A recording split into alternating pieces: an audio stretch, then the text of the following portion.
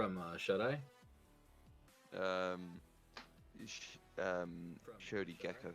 Shody Gecko. Actually, from both of them, to be fair.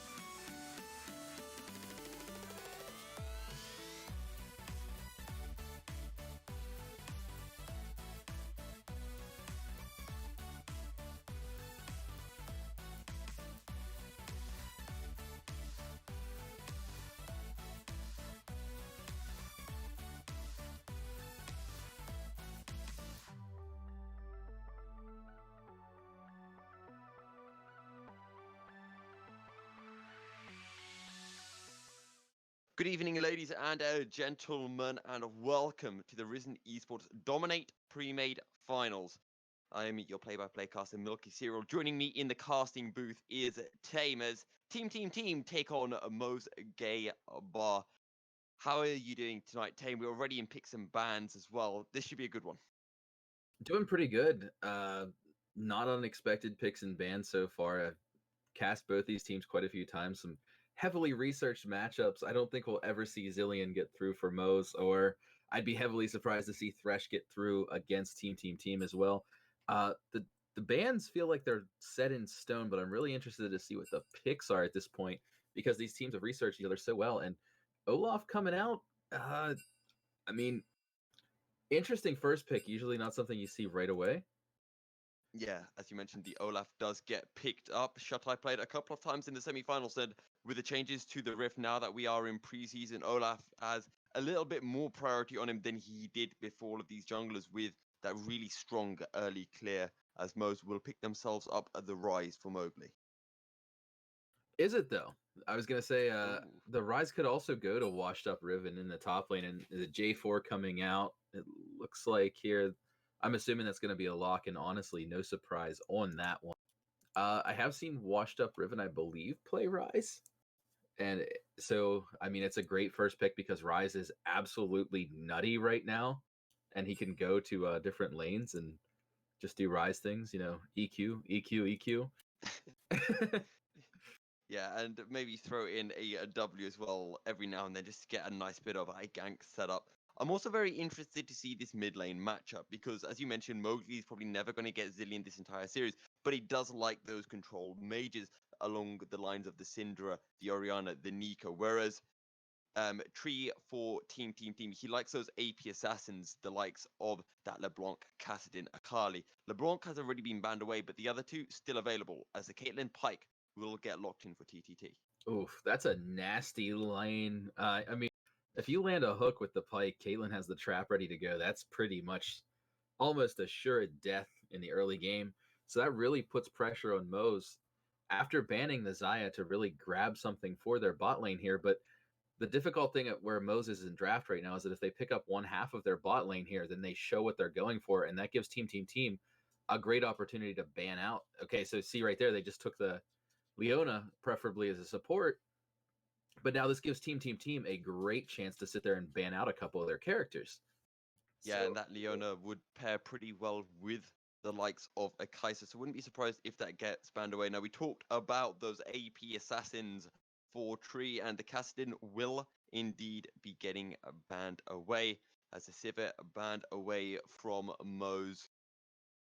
yeah, I think we're definitely going to see Kaisa as the last ban here coming out of TTT. Unless there's something that I haven't researched, which I don't think so. I would be shocked if it's anything but the Kaisa coming out here. And that's where it's hard to, when you don't draft your entirety of your bot lane, either in the first or second half of the draft, depending on which side of the map you want to give the strong priority. And they're going to get rid of the Ezreal. It looked interesting. Ezreal has been popping up a bit more with the changes to Conqueror. He's able just to get those stacks off really quickly. Now, let's see if that Kaiser comes through. Another pick that I find interesting is Tristana. And again, going back to these preseason changes that we're seeing, any champion that can viably take a Storm Razor early or a static Shiv early on has just like jumped up massively in prominence. Yeah, I mean, it's right now. Oh, Jin. Interesting. It feels like right now we're kind of in the static Shiv and Sanguine Blade meta right now. I wouldn't be surprised to see some changes to either of those items coming in sooner than. But yeah, I mean the Jin Leona. If Leona does hook her way in, and then Jin follows up, that's pretty potent. Yeah. But it kind of, both of these bot lanes, somewhat early champions, they fall off a little bit and then they bike back up as the Talon will be getting locked in for DDD. Ooh. And Yasuo, wait. Oh, dude. Oh, wait. They say in the chat that Ornn. Okay, Talon is Ornn. Oh, okay. No. Right, so we've got the Ornn in the top lane, we've got the Yasuo in the mid lane. Either of those mid lane would have been exciting, but with the Ornn, Pike, you've got two knockups to set things up for this Yasuo pick. in the mid lane. We talked about how Tree was going to be picking something spicy. It's going to be an Irelia for Washed Up Riven. Not too many surprises there, really. He loves those style of champions. But this mid lane, Rise into the Yasuo. How do we see this going? I I'm not much of a Yasuo player, but from when I play Rise, I actually sort of like playing into Yasuo. I feel like if he starts to run at me, he's an easy root target. I mean, most of your spells are about the same length as his tornado is. So as long as you're not getting caught, you have plenty of opportunities to really poke. And wave clear is similar, but Rise does start to run away with the wave clear after about level 7 or so with that first big buy around 7 or 8 minutes. Um, the power pick for me out of this draft is definitely seeing Moe's take the Aurelia, because Washed Up Riven, if left unchecked on that champion, is some kind of altered beast.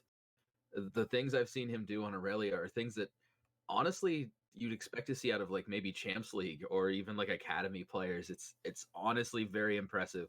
Uh, Super looking forward to seeing that champion be piloted by that player. Yeah, and something interesting I do want to bring up is we talked about how Washed Up Riven, he likes the likes of that Irelia, the Fiora, the Camille. But back in the semi-finals, when Mose did beat Exel 3-2, that was a reverse sweep. And the first two games, Washed Up Riven was on that Irelia, and they lost those games. So, judging by recent history, things do not bode well, and he's going to need to turn around his Irelia performance.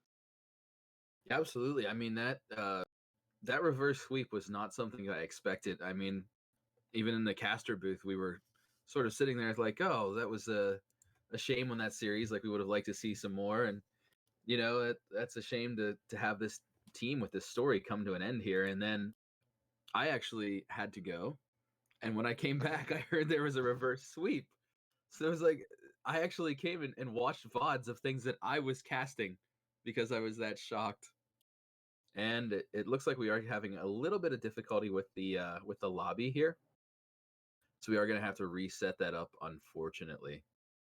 We should be able to get underway shortly. Might have to head into an earlier break. However, there's still a lot to discuss about these matchups. Now, I want to go to the jungle matchup because I feel like jungle importance is so much bigger now. The early game clears, getting those early ganks in. Olaf versus J4. Both of these champions have good early clears, probably slightly favored towards that Olaf. How do we see this going, and where do we expect to see these junglers focus their attention? I mean, with the Olaf, his early clear is amazing. It's one of the healthiest in the game. It's up there with, the likes of basically like Warwick and everything. And if he can catch Jarvan out, I mean, his dueling potential is amazing with the True Strike, with the Reckless Swing, and even the Undertow can really shut down J4. But I also feel like J4 offers more in those sort of like instant catch out ganks. Like Olaf is going to be running at you. There's going to be an Undertow thrown at you. So, you feel like you want to give the early advantage to Olaf, but I feel like there's more sneaky, tricky stuff that Jarvan can do. However, like how we've been talking so much about the preseason changes, those power clears, the super fast clears mean so much more right now with the changes in experience and just the way that junglers are pathing right now. So I'm actually going to go ahead and say I think that this favors Olaf a little bit now. And then moving to the top lane, you've got the Ornn into the Aurelia. As we've talked about, this is a comfort pick for Washed Up Riven. Teemo SCC did play a couple of games on that Ornn. Well, I say a couple. He played one game on that Ornn back in the semi-finals. And Ornn can surprisingly deal a lot of damage and catch people out. How do we see this top lane matchup going? Yeah, I think with the Ornn, honestly, you're expecting like a wet noodle, and then he just keeps beating you down and not taking much damage. However, against the Aurelia, if Aurelia does land, well, I can't remember the name of her E currently. I'm very sorry. Flawless. If she does manage to land that, then she has a free opportunity to just sit there and beat Ornn up a little bit and then back off. So, like in a skill versus skill matchup, like in a perfect world, you have to give the edge to the Aurelia, especially because Ornn's combination is pretty telegraphed, and then she can do Defiant Dance and sort of just hold off a lot of that, or even just tap it for a quick reaction to reduce a lot of Ornn's damage. Um, Ornn is still pretty safe though. He's always has the ability to kind of just sort of tower hug and farm. It's not like you're going to see a lot of explosive plays happening, but I think unless Ornn decides to sit at the tower, I have to give the edge to washed up Riven there.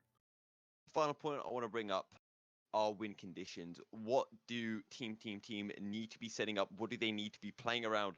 And similarly for Mo's, for either side to get this advantage heading into the game.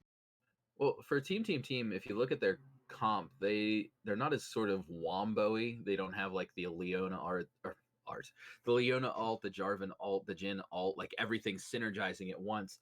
They're really going to need to win the early game, I feel, to run away with this. You know, Yasuo is a great scaling champion. You know, Caitlyn is one of the best scaling ADCs. She's kind of in a weird spot right now, I feel, but regardless, I feel like they really need to be proactive and aggressive, especially with the Drake changes, getting some early Drakes. I think if they let Mo's even stay even in the early game, I really feel like that they're going to lose this one because, I mean, you got Jarvan putting down the Cataclysm, you got Leona with the Solar Eclipse. It's like everything hitting you at once, and if that's not enough, Jhin opening the curtain call on top of you. Nasty stuff. I mean, their team fight potential is massive. I'm not even mentioning the Rise ult to engage or the Aurelia ult to just lock everybody down further. So, I mean, that to me definitely keys to the game. Team needs to win early. They need to win hard. Mo's basically NA Ram death ball later game, my opinion. Okay. With that said and done, though, we're going to be heading into a short break. We'll be right back, though, with the start of a game 1 of the Dominate Premade Final. See you in just a short bit.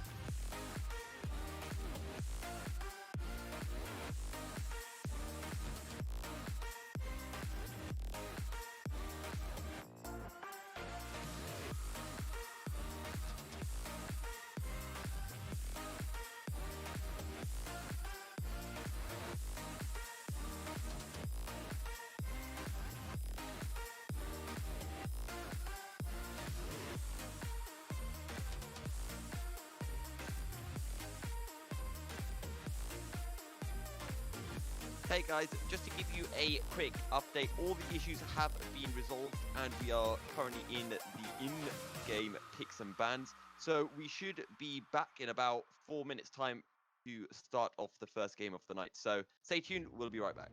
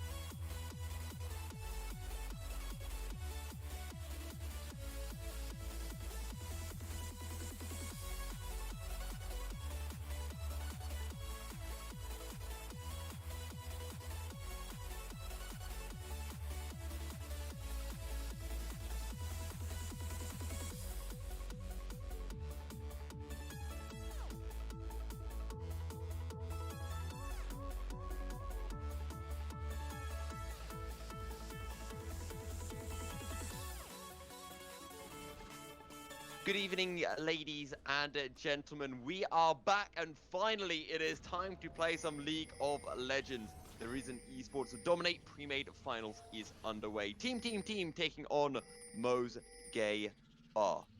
Five-man stack coming in from Team at the minute. But before we see any spiciness, I know there's something that you want to talk a little bit about, Tame. Yeah, the prevalence of Conquer in the preseason is a little bit nutty right now. The way that it stacks and works on just about every. We're seeing Conqueror Rise in this game, which is, I mean, Rise is already tanky. He's already annoying. Everybody's seen the video. Attention, Rise mains. Rise has been nerfed. EQ. Everyone knows about that one. So it's going to be interesting. I want to see how much is healed off of that after this game. Which it does look like we're just going to see a classic 5-stack versus 5 points, which makes me think that Team's a little bit on the defensive here. Yeah, I've heard a lot about the Rise Conqueror. I've seen it once, but that was Rise APC. It somehow worked, but that was more down to the support. So I want to see how it does when it is in the role it's meant to be in, i.e. in the mid lane, getting played by Mowgli the cat. Both junglers will be starting on their red sides. And we talked about how we can expect these junglers to be having a big impact, Shadai, with that slightly faster wave flip might be turning up to some of these lanes a little bit earlier than Shady Gecko. Yeah, I mean, he's clears so quickly. Olaf can just tear through the jungle, no problem. And it looks like we're seeing a lane swap already with Washed Up Riven going mid against the Yasuo. So they're already adapting. Interesting. Yeah, a swap there. I have not seen Washed Up Riven ever play mid. And we were talking about this in the picks and bans, saying that Rise should be okay into the Yasuo, but Mo's decide, no, we want to put this Irelia. So maybe that's down to Washed Up Riven saying, I feel comfortable playing into this champ, as the Bone Skewer will land. Phantom Undertow flashed away by Gandhi Donut as the bouncing grenades come through. Gandhi taking a lot of damage. Zenith Blade going in. This is aggressive as the W will land, but the Ignite coming down. Heal on top. Flash forward from Kenny looking for the autos. He finds the kill. Phantom Undertow, but here comes Shady Gecko looking to find the pick onto Sharing Urinal. Slag and Drag is available. Level 3 now. As another Bone Skewer will land behind Shady. Shady forced to flash away. Now Shut Eyes chasing forward. The dancing grenade comes through once again, but Kenny playing aggressive as another Phantom Undertow will come through. No further kills for Sharing Urinal. He's looking to fish for the hooks. Can he find one? No, he cannot. The Undertow will land onto Gandhi, but he's quite alone. Just one kill so far somehow. Flawless duet landing in the mid lane as a dash away from trees, getting burnt down pretty low. No turret dive though from Washed Up. Wow. What a sequence of events there. One thing I'd like to give a big shout out to Mo's there. Oh no, another Bone Skewer. There's a Phantom Undertow. W is gonna land. Zenith Blade coming through, Sharing Urinals. Getting taken down so low, but he won't get taken down. Gandhi survives. Gandhi will die in the mid lane. There is more mayhem happening. Washed Up Riven has to be careful. Getting taken down very low, but the press the attack was procced, and Shadai decides against going in. 3.5 minutes in, 2 kills to 1 in favor of Mo's Gay Bar. What a fiesta is happening right now, and we're seeing here with Mo's, they actually took a huge gold lead, 1,000 just off of a 1 kill lead there, which tells me that you can see them farming better across the map. Aurelia with already an 11 CS lead, and even in the other lane. So I mean, that was a great series of events there. Mo's coming out slightly on top. I love to see the use of the alcoves, being used already in this new season. Yeah, those alcoves surprisingly do help out quite a little bit, but I almost get the feeling that heading into this game, the coaches for both teams were like, right guys, let's settle down. We know there's been a long wait, but whatever you do, don't go out there and just run headfirst into every fight. Both teams run headfirst into every fight. I mean, there was actually, I counted it, I think there was, didn't quite stop the back there. There was actually more flashes used in that fight than Double Lift in the entirety of his 2017 Worlds run, I believe. The statistical facts, by the way. Not that good old meme coming through again. Anyway, though, we are hitting the 5-minute mark, which means that we have our first Drake of the game spawning on the Wraith. It is going to be a good old Mountain Drake, so a lot of extra tanky stats to come through, which will be very good for the likes of that Leona and the Ornn. Yeah, I mean, you think about it, the way that Rise is played nowadays, especially with the Conqueror and the J4, and even Aurelia, I feel like that's a very, very valuable Drake for Moz to pick up and prioritize. I mean, you can never say no to more armor and MR, especially when your champion scales so well with it. Yeah, Shatai gonna clear out a little bit of vision, but pardon me, just as the Mountain Drake has spawned, we will be getting a Rift Herald in 2.5 minutes.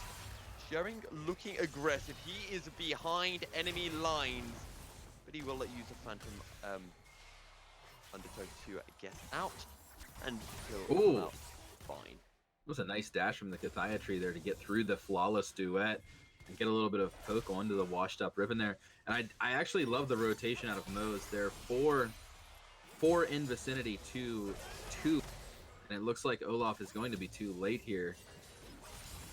They're currently fighting the Drake, however, Vanguard Zedge coming through, but as you mentioned, the fight happening, and Drake W is gonna land. The Drake will get secured by Moz, but that's Call of the Forge God finds a kill onto Kenny as the dive forward, and Gecko will get taken down as well. Teemo picking up the second kill. Gondi will be able to get the blast code and will be able to get out. And that mid lane fight that we saw breaking out, no kills coming through there, is just going to be that 1 kill for the side of Moz. So I actually do feel there that, you know, team picking up. I still feel like losing the dragon there is a net loss on their side, but we're going to see a massive wave cresting into the bot lane here. Not sure if they're going to make it back in time to contest, especially with Pyke being able to get a poke or 2 on this tower, and Olaf going to be a first plate going over to team, and a dive? And a dive? Yeah. And a dive. No dive. Okay, no dive. No. Just wanted to take a tower shot. He's like, I forgot the pain. I don't know what it feels like anymore. I gotta feel it. They said, be careful, we could dive, but we will not dive. We will keep you on the edge of your seat. Level 6 has not been obtained for sharing urinals yet. And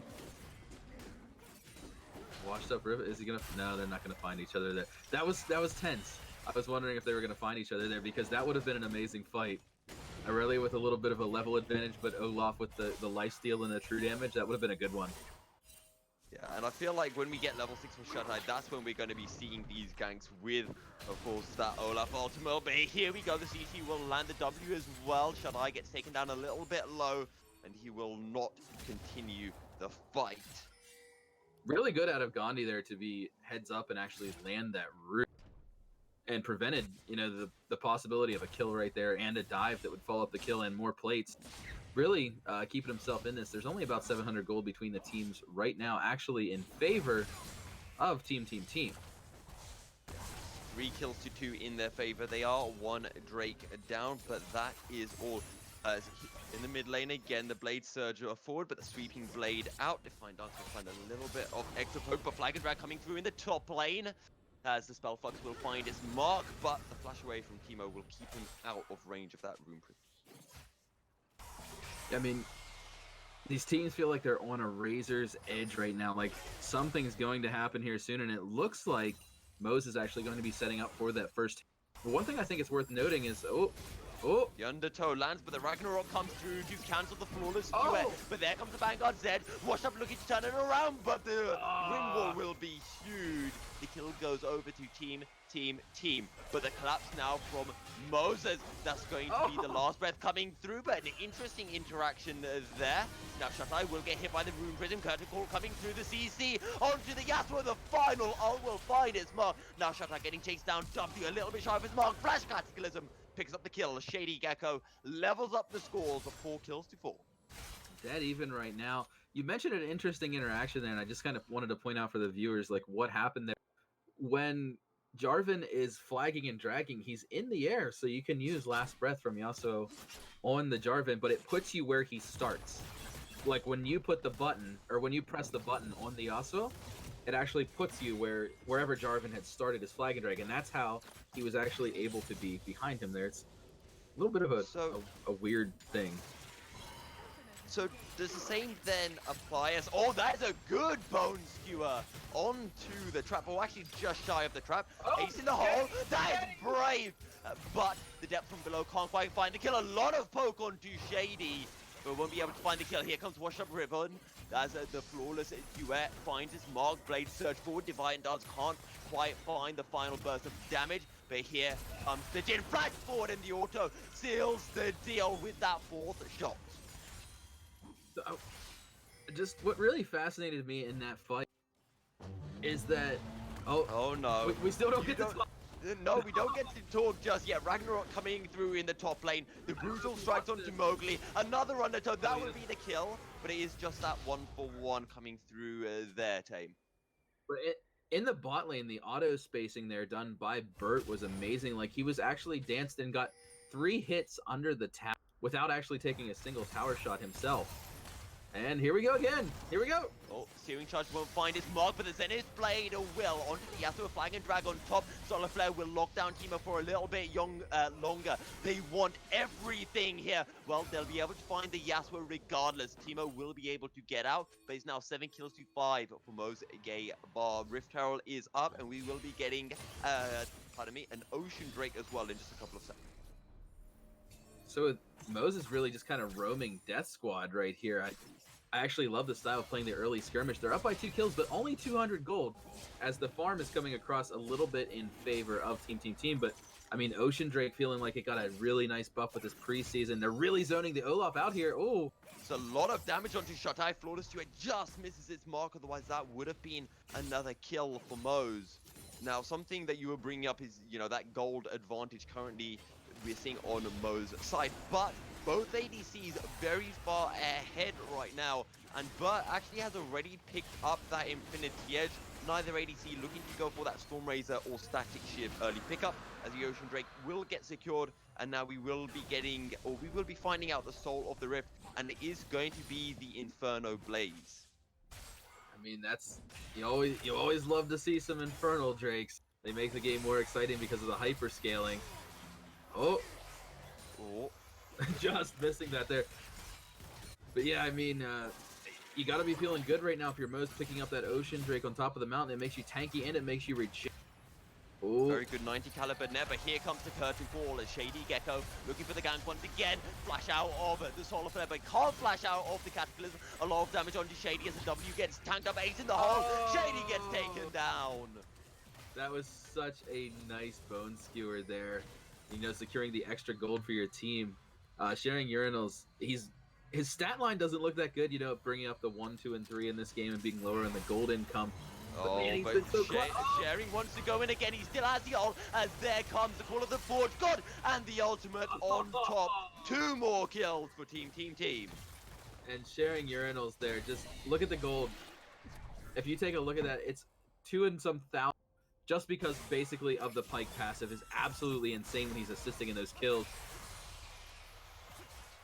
There's a bit of a trade coming through in the mid lane, but still in the bot lane. First Drake is going to get picked up as we're going to be seeing Shelly coming up in the mid lane. And very aggressive from trade, but he won't be able to find the tornado. Shelly will charge forward. And we'll find some turret plate. I'm not quite sure, but I feel like Shelly does less damage now to turrets. Or much less. Okay. Yeah. Earlier in the game, they reduced her scaling. So it actually hurts Shelly more to charge the turrets. Like, how she takes the percent of her health? Yes. She takes 30% more self-damage and actually does a little bit less on the first Herald now. I think that's just a mechanic, honestly, to stop, like, blatant snowballing. Oh, Mowgli missing that plate there by about 1 second. But, it's just one of those things where it makes sense if you're going to do another Herald that you don't want the game to snowball completely out of control. But worth mentioning here is a 3,500 gold lead now in favor of Team, largely off the back of just the Pyke passive. I mean, it feels G2 was known for playing Pyke, and no time to talk. Never mind. No time to talk as Kenny looks a little bit aggressive. And as you mentioned, Sharing is carrying. I don't quite know if I'd like to carry Urinal, but anyway, here we go, the engage coming onto Gandhi, but the Cataclysm doesn't quite find anyone. W will, and that's going to be the shutdown going over to Gandhi. But in the bot lane, we're not done yet. Potentially another pick going to be coming through. Washed Up Ribbon should be able to get under turret, and indeed he will, but the Searing Charge. Wait, there's no turret. Washed Up gets taken down, and that's going to be the Vanguard's Edge going on cooldown as well. Not sure how I feel about the use of the the Ragnarok there coming out. I'm pretty sure that was wholly unnecessary, but it's a short enough cooldown that it's not really worth mentioning. The one thing that's scaring me though is, and worth mentioning, is that Mowgli is just being basically left alone to free farm and scale, and it's not. Never mind. Tree's like, no, you don't. But I do think that's scary, letting the Rise alone like that for any length of time, because I mean, just the EQ later in the game can do half of somebody's health with one combo. And when that combo only has a 2.5-second cooldown that also resets itself, it's a little bit scary. Just we're starting to see a lot of items come online though. Washed up Riven on the Aurelias looks like working towards about 4 different items at the same time. Jungle items are complete. ADCs, mid laners are all sitting on their first completed item. Worth mentioning, Mowgli did go for the Rod of Ages first, so he's likely not going the Righteous Glory build. As Sharon just going to sweep out a little bit of vision, we have got our first Infernal Drake of the game coming up in half a minute time, but Bud is going to get hit by the Soros there. He's going to get hit by everything, and Washed Up picks up the kill. As no time to stop there. Once again, Tree looking aggressive onto Mowgli, but he'll back off. As Sherring's going to get caught out by the Phantom Undertow to safety. Last breath coming through in the top lane. The exhaust as well. Tree, does he quite have the damage? He'll find another tornado, maybe be able to find the kill, but he won't be able to get it. As in the mid lane, the Ignite is ticking down. Is it quite enough to take down Sherring? No, I don't think it is, as a curtain call, unable to find Shut Eyes. So a lot of nothing there basically, but do you find it ridiculous how tanky Rise is in the top lane right there with actually like no tank items? It's just some help from a 4-stack rock. Yeah, I mean, but still, like, against a Yasuo, it felt like he was saying, like, come at me, bro. He's like, it did. Oh, Cataclysm will land. Ragnarok does not prevent CC, but he will flash out of the pit. Potentially the turnaround from team. They'll fight an Undertow, won't be able to find anyone as Mowgli. Just going to be using a little bit of that free fire on the Rise, as one deadly Blossom will get picked out. But I feel like it might be a little bit of nerves out of Shut Eye there. Yeah, potentially nerves might be kicking in, but here we go. Call off the board. Got Vanguard's Edge comes out. Flag and drag into the back line as the W not quite going to be able to find anyone. It's already a double kill coming out for Sherring as Team are wiping through Moze. They're looking for Gunny. Now they change their focus to Mowgli. The Ignite is down. Looking for the final waters. Mowgli will get taken down. The only member standing is, well, no one, because they find the ace. And that's going to be the side of Team picking up this first Infernal Drake as well. Really extending their lead there. Again, that another 3,000 explosion coming from the Pyke passive. Just watching it, spectator, you can see how many pieces of gold are flying every time Pyke ults there. And unfortunately, for the side of Moze, they actually walked into the edge and allowed Pyke to get the double kill there. We're seeing bounties come up on 3 members of Team and about an 8,000 gold lead. And that basically takes the ability for them to get a solo. Shady. Oh, that's the last breath coming through. Shady getting taken down quite low, but the turret shots are following. 1 kill already for Team. No one has died just yet. But now the fire onto Washed Up. He gets hooked. He gets taken down. The bouncing grenade comes through, but Gondi just doesn't quite have enough damage to find any kills. 2 more kills for Team. Almost feeling like the desperation in that play there just completely backfiring. And now that 7,000 lead, we're going to be talking about a 9,000 lead here at only 18 minutes. We're getting into some stomp territory right now, and it's not based off of farm because Moze is farming very well, and in terms of vision, they have their side of the map lit up pretty well. They're just not playing the team fights well, and Pyke is just scaling so well for the gold of Team right now. Not even the character itself, but just their income. Now, I want to bring up this point that you just mentioned, the scaling, because we were talking about the scaling aspect in Picks and Bans. We were saying it's slightly favored in Team, because you've got the Yasuo, you've got the Caitlyn. Both of these are monsters late game. I guess the same can be said for the Irelia and Rise, but you've also got the Ornn passive. You know, those extra power coming through from those items is going to be absolutely huge. It definitely is, but I mean, yeah, it's so difficult when you're down this far to even think about like coming back against them. And I do remember saying too that if they were even in the early game that they would have this, and it looks like, oh, they're chasing him down. Oh, Bones skewer Phantom Undertow as well. Ace in the hole comes through. Nowhere for Shady to go as we see the Ragnarok coming through from the Olaf.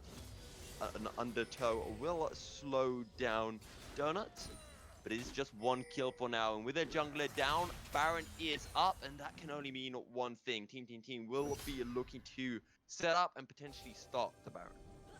I mean, with a 9,000 gold lead and bounties on 4 of your 5 members, and the 5th member about ready to get a... You can't be feeling too bad about trying the Baron right now. I think you could just, 5v5 it. I think a 50-50 is actually feeling pretty safe for them right now with how in control of the game they are. I mean, it's not like Olaf really gets taken down by the Baron. He can basically just stand there and face boss it. Looks like they are going to clear out that tower and hopefully start up some vision, which they already have 4 controllers now in the vicinity of Baron. So their next objective is very clear. They're working well as a unit and looking to close out this game. It's only 20 minutes, but it feels so much later than that for me, right? Yeah. And I actually feel like that's just been a standard feeling that I've been getting with all of the games on this new patch as, oh, that is a good Bone Skewer will land. Oh, they're going to drop it. They're actually, okay, they're getting off. I did not expect them to get off the Baron there. I don't think that was necessary for them to get off the Baron, but I mean, that's a boon for Moze that they decided to do that. Showing us to be careful. So he's in a dangerous territory. Yeah.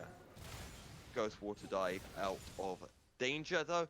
10k goalie currently sitting on the side of team. They picked up the third and a final outer turret as well. That came through in the bot lane in the top lane just moments ago. Whereas Moze, they are yet to pick up a single turret. I mean, it just feels like they're further and further out, and I really hope that they just reset and just rush this. I mean, they still have time to do it before the Infernal. I really don't think they need the Infernal Soul to clear this game out. We're actually seeing pings coming in from Moze Gaybar about the Infernal, so I'm almost wondering if they're going to seed the Baron for it, or if they consider it more important, or maybe just letting each other know that it's spawning. And now, ooh, a little bit spicy, we're seeing a bunch of Infernal pings coming in from the side of team now as well. And correct me if I'm wrong, but both teams have 1 Drake apiece. A Mountain for Moze, and I believe it was a Cloud for team. I think it was actually Ocean and Mountain both went to Moze early in the game, I believe. And then the Infernal went to team, which is not what Moze wanted to see there. Yeah. And actually that brings up something interesting that I want to point out, because you can also see these little tactics. I mean, they don't always work, but it can be quite nice where, you opt out of picking up those first 2 Drakes so that you can get all 4 of the same Drakes stacked up. And with it being Infernals, 5% additional damage, you've got a Caitlyn, you've got a Pike, you've got an Olaf and a Yasuo. That is perfect for this team comp of TTT. Yeah, I mean, I'm just going to see them pick up a second one there, which means that only they have the ability to pick up the Dragon Soul now. I mean, there's not a whole lot to say that's good for Moze at this point in the game, unless they pull off, some sort of miracle here or get a good pick. I was gonna say get a good pick. Shady urinals or sharing your shady urinals. I mean, if you share a urinal, it probably is shady. I don't want to even get into the details of what sharing urinals could possibly mean, but yeah, Shady sharing urinals. He's been playing on a knife's edge for quite a while. However, with the Aurelia and the Rise down in the bottom side of the map, team decide that now is the time to start up the Baron. There is a ward, although it's not spotting anything out at the minute. Yeah, but if the Blight can land the Bone Skewer, here we go. Can he find the steal? He can! Are you kidding me? He'll pay for it with his life. Vanguard's there coming through. Do they have the damage? No, they do not. But we'll find a second kill. Ace in the hole coming through. It's the 2 kills for nothing. Team will lose the Baron, but can they potentially crack open the base to at least make it a worthwhile trade? Oh my goodness, it feels so bad to be Moze right now. They just made the hero play. The smite was perfect. He smited it with he only overkilled it by 15 health with the smite. It was beautiful. Oh, Zenith Blade, but it's a dash away, and now Kenny's in a bit of a tough spot. Flashes away, as that's going to be the stopwatch coming through. Flash forward looking for Gondi, but they're going to turn their attentions now. They need to find the damage onto the turret as the minion wave has disappeared. Curtain Call now coming through, looking to find a butt. But here we go, Flag and Drag, so much damage coming in. Depth from below will force Shady away. Bonus Spear not quite able to find its mark.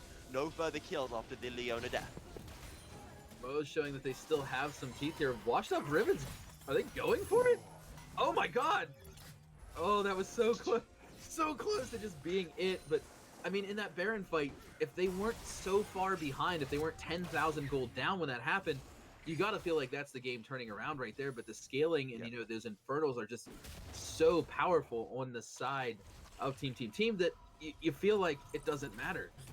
You steal a Baron and it doesn't matter. You still get your butt whopped. Somewhat surprising that Team didn't freeze, because I was about to say, you've got that bone skewer. You can fish for that Jarvan hook. You'll pull him over the wall. You can kill him and then take a Baron. But team maybe a little bit anxious, a little bit flustered, don't make the right call. And, well, Shady Gecko will find the punishment for them. A suitable punishment as well. However, Mo's base is still standing, and now with a Baron buff as well, they're looking to push out and maybe secure that their first turret of the game. So we're seeing, you know, 2 full items on all the characters at this point in the game. Yeah. Aside from a few tiny exceptions.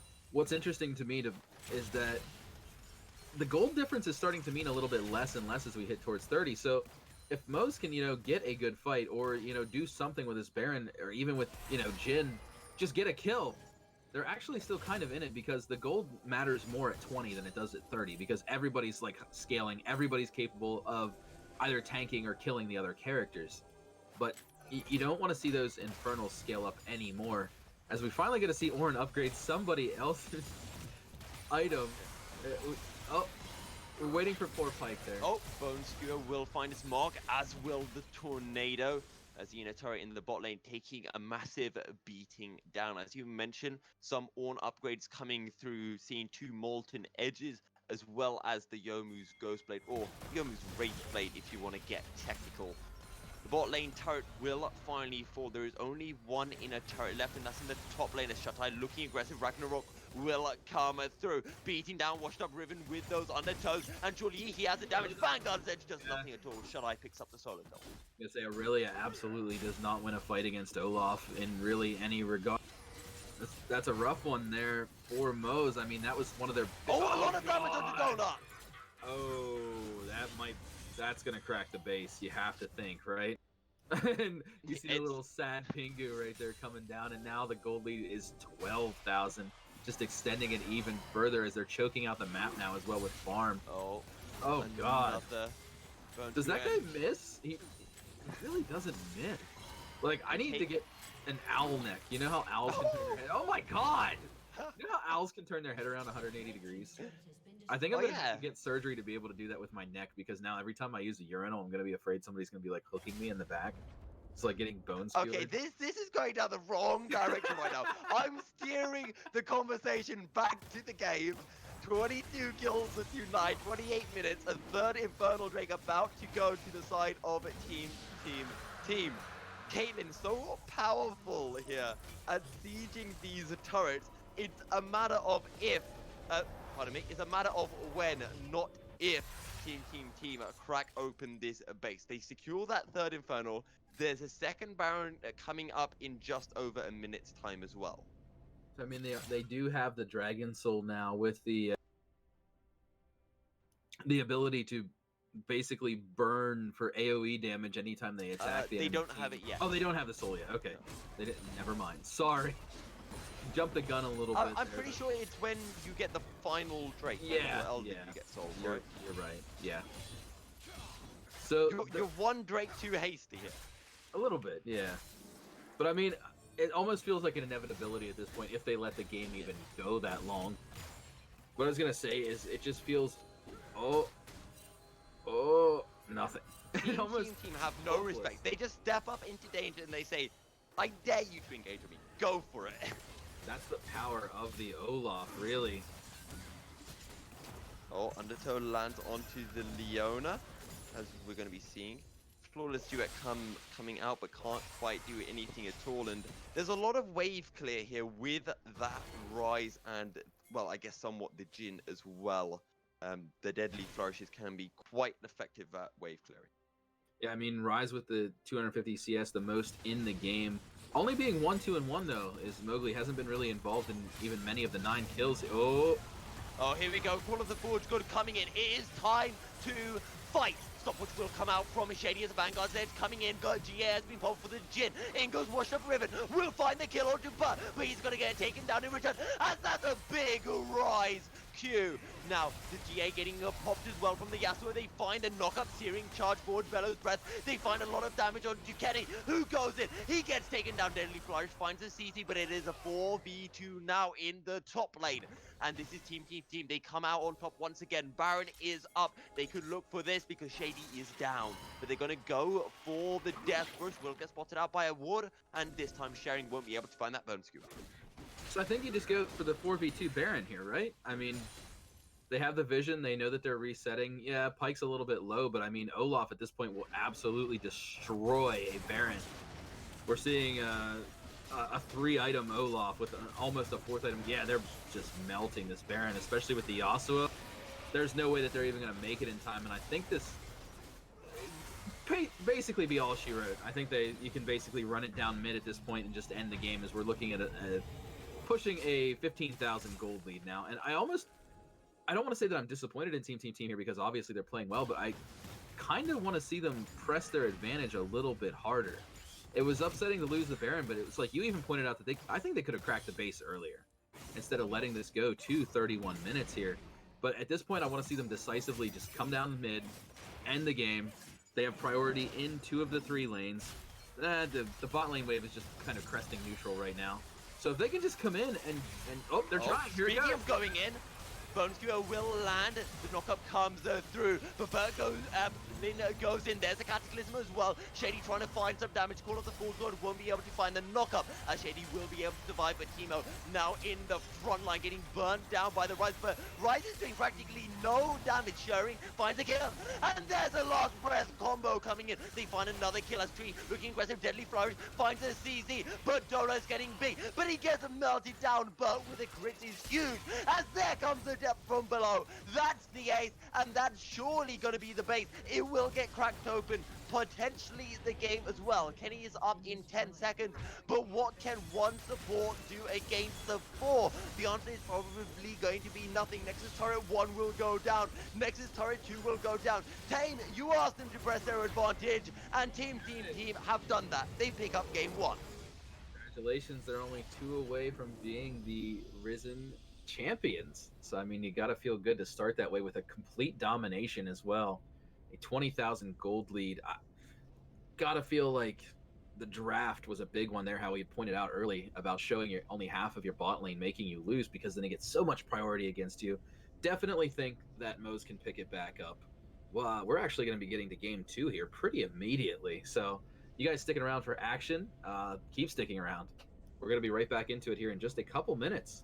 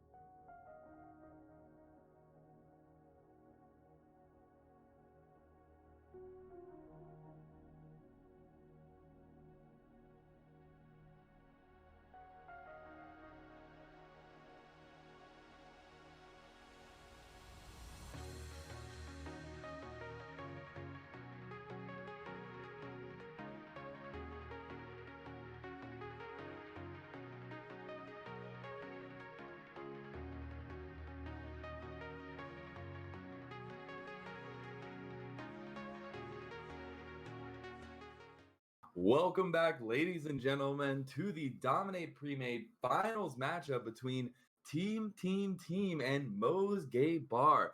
Now, we did switch out the play-by-play casting for this from the first game to the second game, but wanted to thank Milky for stepping in for me. I appreciate it.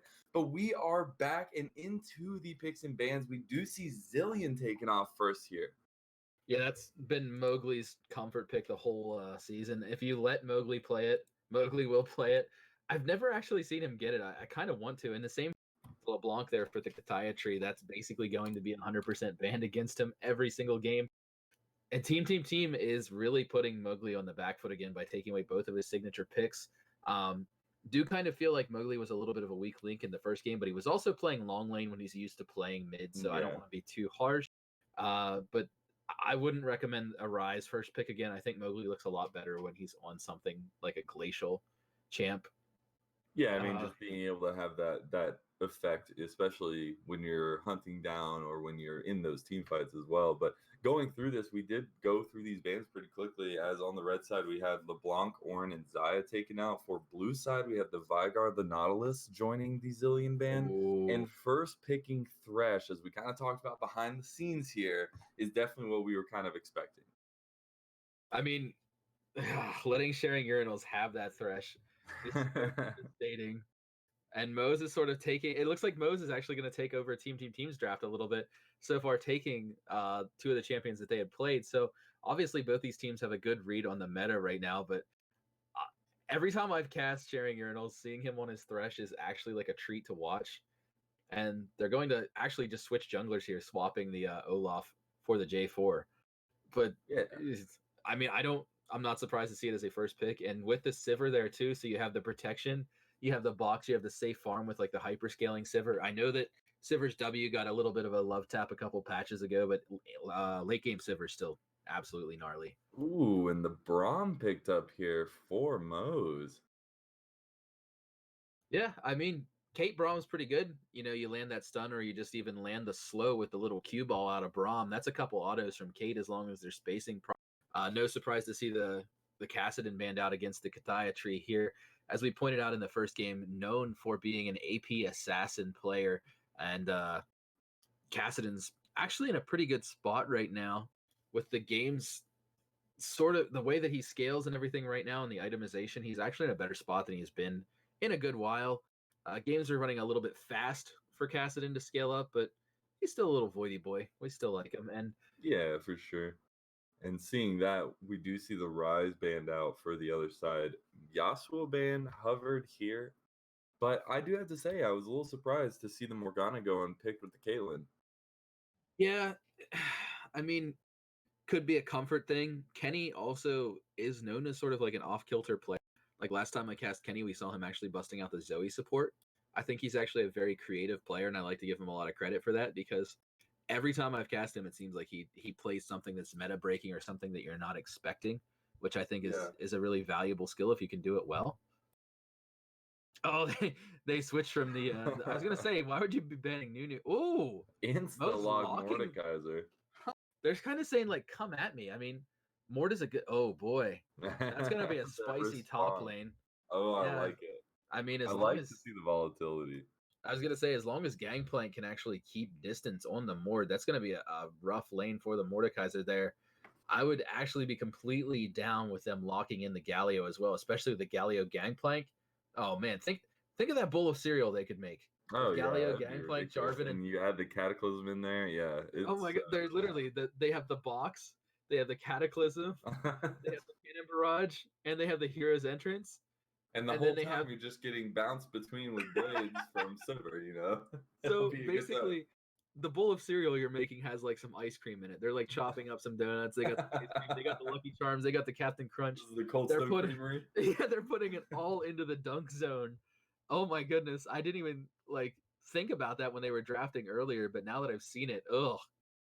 And then Mose is making a little bit of bowl of their own. So is that a Mordekaiser? It's going to be interesting. I mean, depends what matchup they want to put these into, but I do have to say I feel like TTT have the better team fight composition. I mean, you can see that Mose wanted to try and go for something like that. I mean, more maybe split pushing a little bit, but I do like the roundabout composition from TTT. Not saying that Moe's doesn't have some very, very strong potential. Yeah, absolutely. I mean, agree with you there, 100%. I do actually kind of like the Mord into the Galio a little bit more than the Mord into the Gangplank because, Mord can actually, Galio has to telegraph his thing because, he uses the Justice Punch to get in and then taunts you. But if Mord is anticipating that, he can like cue his pull and actually grab you. And so, I mean, it's definitely a skill matchup that favors Mord in terms of trades. Really interesting to see, Mowgli playing a Mordekaiser if that does go mid. So they're really breaking him out of his shell in this series so far. So we're gonna have to see how this one goes as we are gonna get into. Looks like we're having some more wonderful technical difficulties here. I heard the horror stories, but hey, it's all good. But looking at these compositions here, I mean, you have some very obvious power points to each team. I mean, obviously, you're looking at that ADC role. You have the Silverwind condition that's always there, but then Caitlyn rounding up the other side, and especially with the increase in the different build paths you can kind of go now, especially with Caitlyn not having to go the IE, able to go the Storm, and be able to have that slow on there is going to be super effective against this composition. You just got to be careful because they have a lot of all in, as we were saying. Yeah, definitely true. And I think one of the sort of make or break point for me here is going to be I haven't seen how Kennen really performs since the Klepto.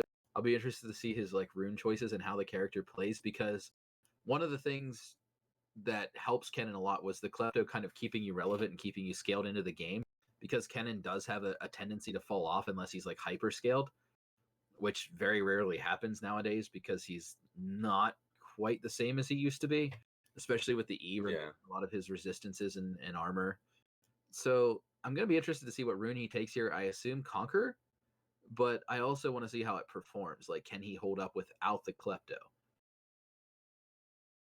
Yeah, it's definitely going to be an interesting one with that. And honestly, I mean, I do feel like if you're going to mess up any bowl of cereal, the person to throw into that is an electrified little mini Kennen. Yeah, little and angry squirrel. With that, I mean, it's going to be very hard because it's going to make you second guess going the all in, trying to use all your ultimates to really provide that wombo combo. And you're going to have to think about it because if you start doing all that and and you're not able to pick up the kills, you're not able to put down the damage, Kennen gets the beautiful counter engage with his slicing maelstrom. I mean, you're going to be looking a lot worse for wear. Absolutely. I mean, slicing maelstrom can always turn the tide of a game. I remember the old meta where you would see like Kennen and Callista would just chuck a Kennen into the enemy team and boom. Someone in Twitch chat just tossed out, said you're giving urinals his thresh and that takes your meds. It really does. It really does. So hopefully we're going to be able to get this started here soon. We need to get all of our players back in the lobby. Basically, guys, what's going on is that custom lobbies are having a difficult time starting right now, and that's kind of where we're stuck. It happened with the first game. Hopefully we can get it resolved here pretty soon. But we're trying to get everybody into the lobby here, so we're probably going to cut to a short break here in a second while we get this started out and have the delay. Yeah, let's go ahead and do that. So we will be back here in just a few minutes. So get ready for game 2 because a lot of action's coming right at you.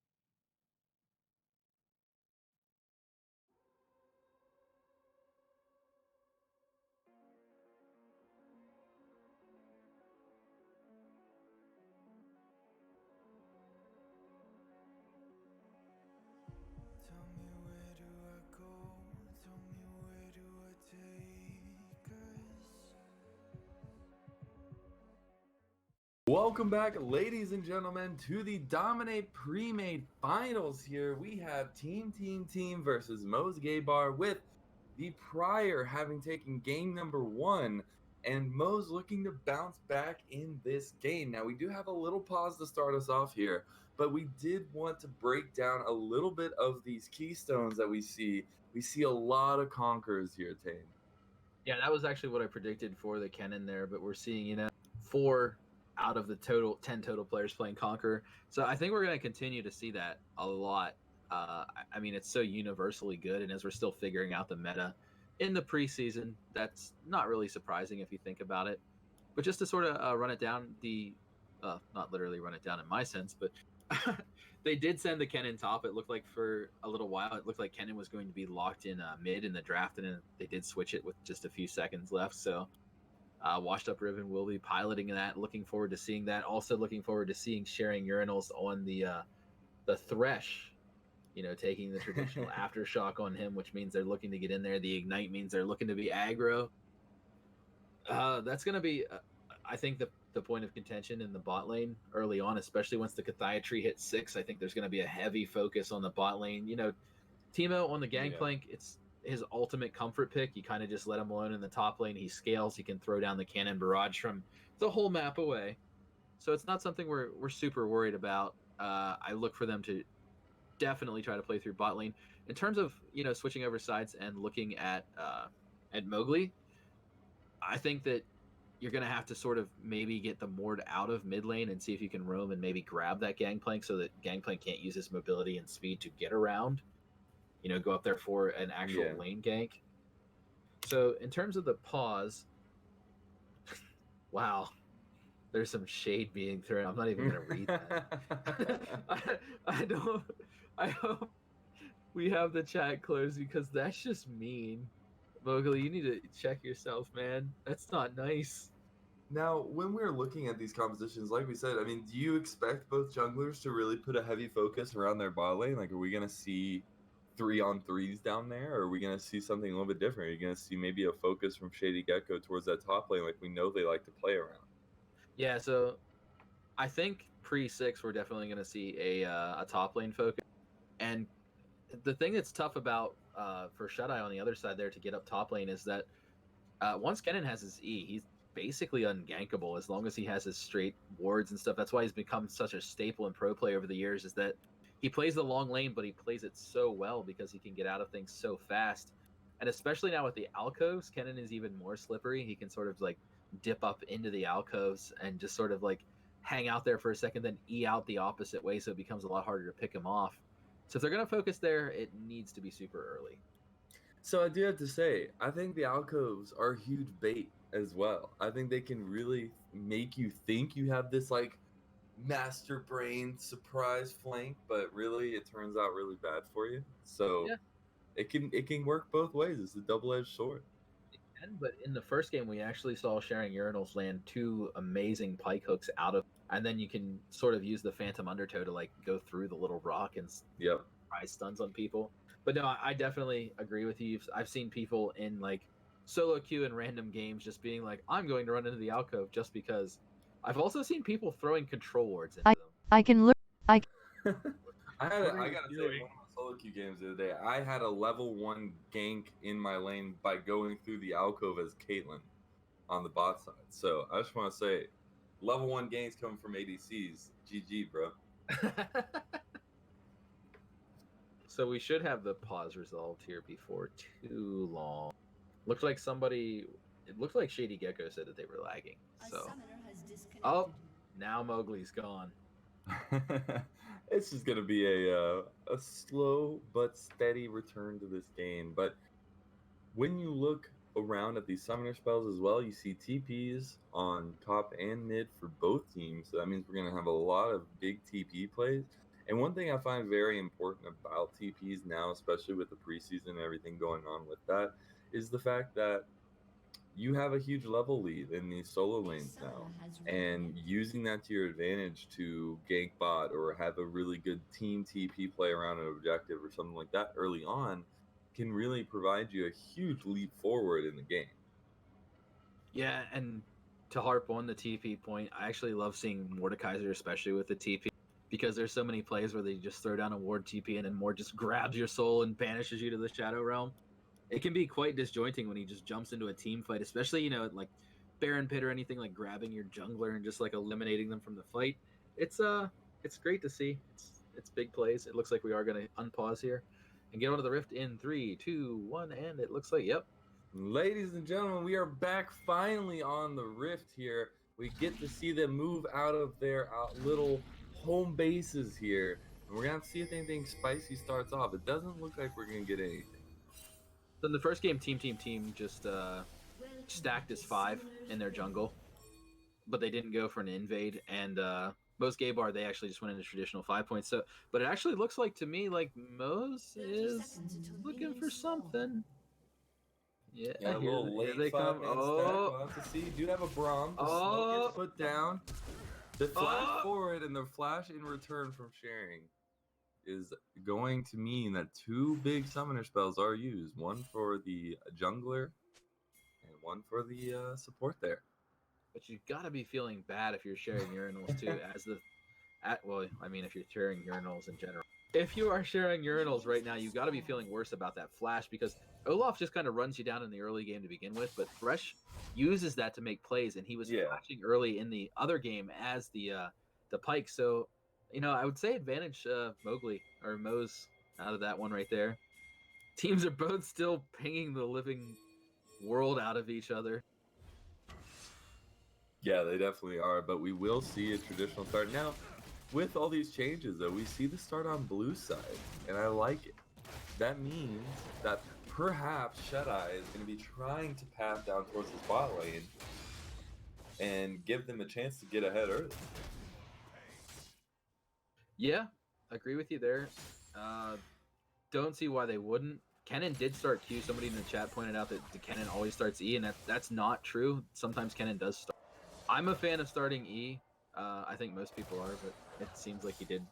He opted for the Q this time, with the early fighting they were planning on doing. And it looks like we're seeing Galio go top, by the way. Cathiatry is playing top into that, which I like because we had talked about, Mordekaiser having the ability to just when Galio goes to telegraph his Justice Punch, you can just Q your pull and then activate your shield, and he just gets shredded.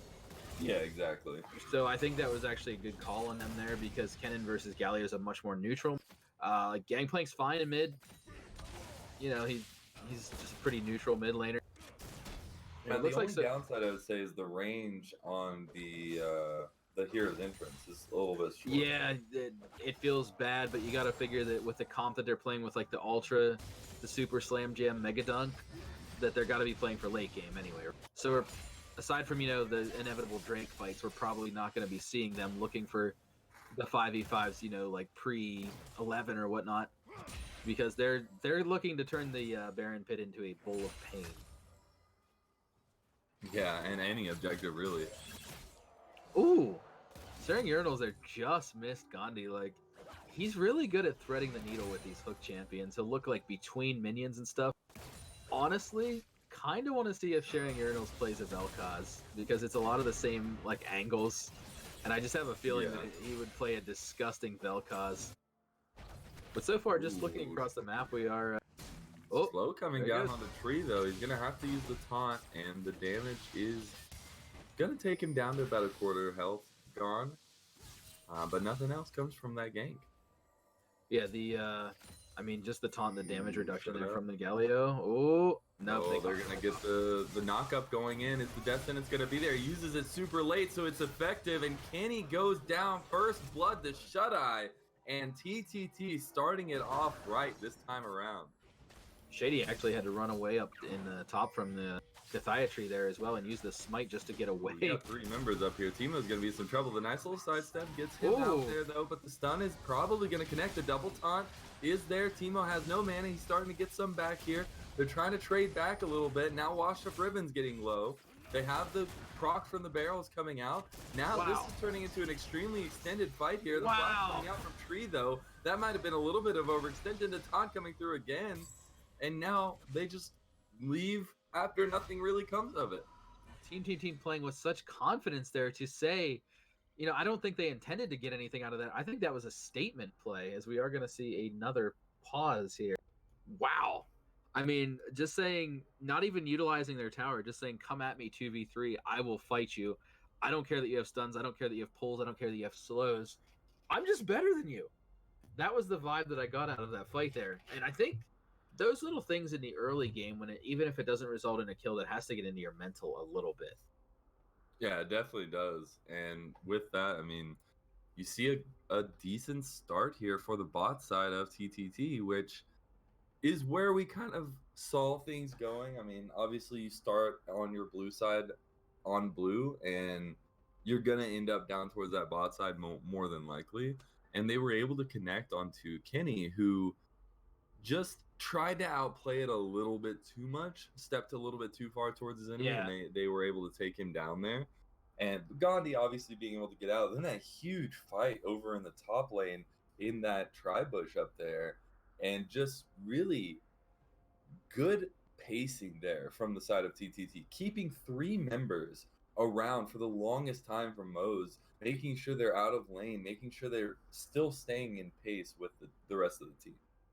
Yeah, I mean, and you figure anytime you can draw a 3v2 like that, even if you're not really gaining anything, you're still just denying them some lane XP from at least one of their members. And the farm's actually fairly even across the map right now. Nothing really shocking. You expect the gangplank to be up a couple and a mort at this point in the game. So the goal difference mostly so far is coming from that kill. Yeah, he wants to go all the way in. The lantern is there. That you always have to be real cognizant that these ADCs get to play a little bit more aggressive when they have a Thresh in the team. Yeah, I mean, and it's not just any Thresh, it's sharing Urinal's Thresh. On the next level. level. He's got your back. So, out of Bert here, we're seeing that he has some low mana in the bot lane. So, unless he can spell shield something, that really limits their playmaking potential. Because, you know, Sivir early game, pretty weak unless you can land a nice chunky Q, which they just used on minions. Might be seeing a recall come out of the bot lane here soon, especially with where, Jarvan's pathing towards top. So we're going to see probably a topside play coming out for them as the bot lane just chooses to reset. First Drake is Infernal, which means we're not going to see the Infernal map like we did in Game 1. But that's going to be obviously a hotly contested Drake. It's only 5% stats now per stack, which I actually think is a good call. Infernals, I think, were a little overvalued. So changes are sort of like debatable whether you like the Drake changes and the map changes or not. But I think that in terms of the stat buffs, aside from Ocean, I think they did a really good job. Like Ocean, I think is a little crazy to be in combat. Not sure if you've seen a 3-stack Ocean Drake like Cho'Gath or Ornn or anything yet. That becomes a little ridiculous. Yeah. Oh, really surprised Washed Up Riven there. Let that happen in the top lane. So one thing I did want to see is we do still have the potential for the Mountain Soul, which would mean these Wombo combos become even more important as the big objective areas get a little bit tighter. So we'll have to see what the next dragon's going to be. As the Infernal Dragon is going to fall here, we see some pressure being put on by Sharing, but he's not really going to be able to contest at all. No, and I mean, that's got to be feeling good for them. They're down by 1,000 from the first kill plus assist gold and just a little bit of farm. But I mean, you got to be feeling good about picking up an Infernal uncontested as well. You don't give up anything for it, aside from a tower plate down in the bot lane. But I mean, I would say that's absolutely worth it for an Infernal, as we're seeing Mowgli, a little dangerous right there. Was that a flex? Would you say he was flexing on him there, Timo?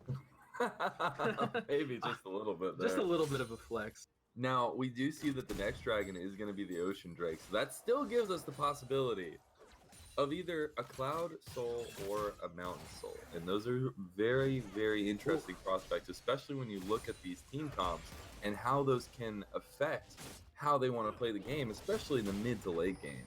And the lane assignments, the moving around the map, being able to get to these places. As we do see in the mid lane, Washed Up Riven's going to use the Slicing Maelstrom, go all the way in on Timo, but he does use the Cannon Barrage to get him out of there, and as well as the Heroic Entrance, and now it's just collapse from TTT are going to pick it up, and Shady Gecko flashes again. Now he has no way of getting out. Ragnarok's going to be popped, but it doesn't matter, and that is 2 kills pretty much freely given over to the side of TTT. Yeah, wow, you gotta feel bad there about going in for Kennen. I mean, Kennen's damage with only just like the amplifying tome when you Ooh, first they wanna get Bert. Spell shield, nice. And the actually return here, the play is going to be there as well. They're looking to get the damage down. The trap's going to miss here. Bert is getting taken down by Gandhi because of Caitlyn in the bushes. She's got so much damage coming out, but the TP's coming in from behind. Is she going to get out? The crit coming through is going to clean up the kill. Bert the Dragon picking up another, and Tree has slowly roamed all the way across the map and is now in the bot lane, and has been just a key factor for his team throughout this entire game so far. Yeah, I mean, really just a cascading chain of events that starts with Washed Up Riven. I think maybe overestimating the champ's limit. Thinking that you're going to do a little bit more than you do, and it looks like we're seeing lanes go back to kind of neutral here. I'm not sure if they're going to stay this way or not. We're seeing the top laners both go to top lane, and it looks like the mid laners may end up in... No, just the Gangplank's going to hang out up top now. Yeah, it does look like they've kind of switched things up a little bit. Now, putting that Galio in the mid lane is a little bit more beneficial there for Tree, especially being able to use the heroic entrance, or hero's entrance, sorry. Ooh. But this trade is not working out for Washed Up Riven so far. Yeah, I mean, Kennen hard loses to Galio early. It's like, you can't even really farm because he can zoom you out of the farm. His passive lets him push waves better than you.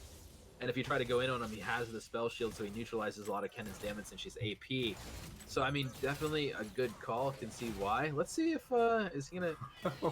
He's trying to get the other tower here. They're going to go all in, but the dive is there. Cataclysm is going to be used. Shut-Eye is on a killing spree. And what a miracle turnaround. Everything just falling for the side of TTT, as you see outplay from sharing urinals, showing off that mastery on the Thresh on the bot lane, and Gandhi just unfortunately left in the rain.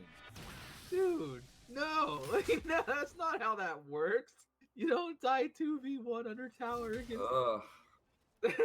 Feels bad. And the fact that the dive went well in the mid lane, the Cataclysm perfectly lining up the damage, and then in bot lane just went completely wrong. Now, we did have the Rift Herald taken by Shady Gecko during that exchange. Is that going to be this pace setter for Moze? Because they've got to find something. They are down 6 kills now. Yeah, I feel like the answer to that one's going to be a no. Especially, I mean, look at Teemo just kind of... He might even just go for the dive here. No, not, but just working on the Kennen in the top lane. And Kennen's one of those champions. Oh, goodness. Behind it feels so... Barrage gonna pick up the kill there at the very end. He even used the flash. That's the ultimate feels bad. But in the mid lane, we have the all-in here. Trying to get some damage is Mowgli, but he just doesn't have it right now against Tree. And so far, every single lane seems to be going in the favor of TTT. Yeah, we're seeing a 5,000 gold lead in only 11 minutes. CS leads of 20, 30 across the board. And I think that the Kennen isn't really working out for Washed Up Riven's playstyle right now, where they're playing that sort of like, they're known for like the sort of like Aurelia, the Fiora side of play. Yeah. And it just doesn't work out for Kennen. You kind of have to scale up, farm a little bit. And when you get behind on Kennen, you have to seed. Like, you have to admit that you're basically just going to be a team fighter for a little while, not the carry. And I think they're just really pressuring him out of this game right now. And it looks like he's building, I think, towards a Gunblade. And if that's the case, I really, really hate it, especially if you're behind. You absolutely want to go for... We got the ultimate Wombo combo helper. Oh boy. It is going to be the Mountain Soul, folks, and that means that we have a lot of cut corners. We have a lot of tighter spaces in the jungle as well, especially around the objectives. So that's going to be super strong. As we have the Slicing Maelstrom being used up here, they're trying to pick up Teemo, but he has too much damage. He's able to get the return kill, and the Washed Up Riven is going to go down more than likely to Shady Gecko. He finally does get the shutdown there. But on the other side of the map, we have a ton of pressure being put down by the bot lane of TTT. I mean, even so, like, he managed to get a kill in a 2v1 situation. And the Kennen had only gotten 5 CS since the last time that they died. Finishing out the Sork Shred, you know, you gotta need the mobility here. It makes sense. But I really, really want to see him go for the Proto Belt here. I'm genuinely hoping he's not going for the Gunplate. I wanted to ask your opinion here, because I mean, casting the semifinals for Moe's, we Uh-huh. saw the rise of that Aurelia. You had even the Fiora, who is just popping off for Washed Up Ribbon. As we see the engage going here, Shady Gecko is forced to flash. Wow. As the Hero's entrance is used there. Washed Up Ribbon wants to keep going. He might have overstepped though, because you got to realize that tree is there, and he's got a ton of damage right now. The belt's going to be used. And now they're just going to be collapsed on yet again. The knockup's going to go through, but it's split positioning here by Shut Eye and Tree. And they're actually going to get the takedown here. Shutdown going over to Washed Up Ribbon. Yeah, I mean, that does put Kennen back into the game a little bit there. Not really sure what they were going for there. A little bit of overzealousness, I would call. Feel like it's just sort of, hey, we got this. Oh, no, we don't. Sivir getting some alone time up in the top lane with that one kill, and over 100 CS here at 14 minutes. So they're farming up pretty safely. Completed item, got the Essence Reaver. Kate does not have a completed item yet. Actually went for a later call. So they're investing on, they're like, we got to take this one to the late game. Oh, no. Oh, no. He got sharing is into the Shadow Realm. He's actually going to go super low. He's probably going to go down as he barely gets there, but Mowgli is going to pick up that kill. Now he's 1v1 against Bertha Dragon, and he's got a ton of shielding here. It could be a close 1v1 as the damage is there. Bertha Dragon is forced to flash, and he has to get out of there because Shady Gecko is right behind him. Yeah, wild turn of events there. Not what you expected at all. At least not what I expected out of that. Thought for sure that at least one from Moe's was going to go down there, but I mean the Shadow Realm against Thresh, he can't really do anything. He just like puts down his little box, hides, and oof. Teemo's hit very hard on that Gangplank with that completed Triforce already at only 15 minutes. Triforce working towards the Mercs. He'll have enough gold for that next time he's back. Exactly. And like I was trying to point out before we got into that big fight, what do you think is the mindset coming into this? Because, I mean, literally saw it come back from a brink, a straight reverse sweep. And Washed Up Ribbon was the main propellant of that. And he was the one that was popping off, taking 1v5, just taking insane fights. What do you think about this Kennen so far, and what do you think he can adapt to do differently? Okay, he did sell off one of the long swords and completed the proto belt. I love you right now, by the way. I don't know if you're listening to me. I assume you're not, but thank you. I think that what he just did was a big important move there because the proto belt helped you start fights. Oh dear. That's so much damage onto a Braum. So by nerfing the taunt on Galio, like the flash taunt, his kit is so overloaded in damage. Oh my gosh, here we go. Is going to be used. Now you have the Wombo combo coming through there. They're able to pick them up, and then they collapse as a team on the bot side of the map. They do lose Shut Eye in that. The TP's coming down, but it's going to be way behind enemy lines, and you're going to be in some trouble if you take that one. Mowgli is going to have to use the Shadow Realm. He's all by himself. He's going to get the kill on the tree, more than likely here, but he comes out to 3 members of TTT. He's able to put down a ton of damage. Box has to be used by sharing to get that damage down, and they continue to push this inhib tower. So I almost wonder about the decision there. Like, yeah, you have to go back. I'm not sure about the TP into that spot. Like, I think ideally you want to use the TP to defend the inhibitor tower there, right? Like, I mean, great job on pulling out the kill. Not to be disparaging at all. That was fantastic. But I mean, I think that the positioning of the teleport was a little bit questionable. Just a little bit. Like you said, right into enemy line. Oh god. Right into enemy lines there, but we're seeing a 4v2 positioning wise there, which turning into a 4v3.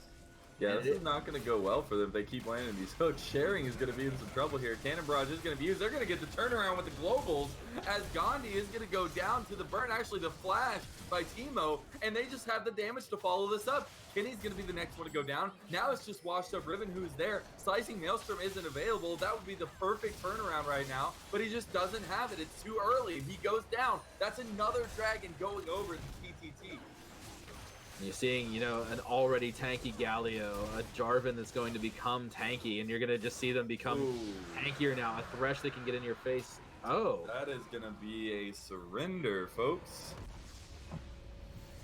They actually just decided to give up on that one. I mean, I guess if it saves your mental and saves your team, like, gives you the chance of having a reverse sweep, Yeah, Anytime you're up against Sharing's Thresh and Teemo's it is Gangplank, finals it's gonna though. look ugly.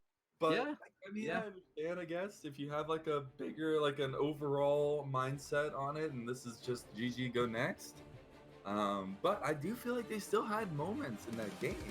We had Mowgli, who was actually doing pretty good at surviving. Yeah, Gandhi had been getting caught out a couple times, but you still had Washed Up Riven at the 1 in 6 power spike, able to do so much with a slicing maelstrom. I just feel like they cut it a little too short. Yeah, I mean, one good team fight can put you back into that. It's not like a Baron was taken or anything yet. I mean, that was their decision. They haven't broken any rules or anything like that. So, but I mean, against the 7-1 Gangplank, maybe rethink your drafting before we get to the next game here, and hopefully they can come back. Maybe we'll see another reverse sweep. Maybe we won't. Hey, But, we will have to find out. But with that, we are going to send it to a small little break while we get ready for game number 3 of the Dominate Premade Finals. Do not go anywhere because we'll be right back.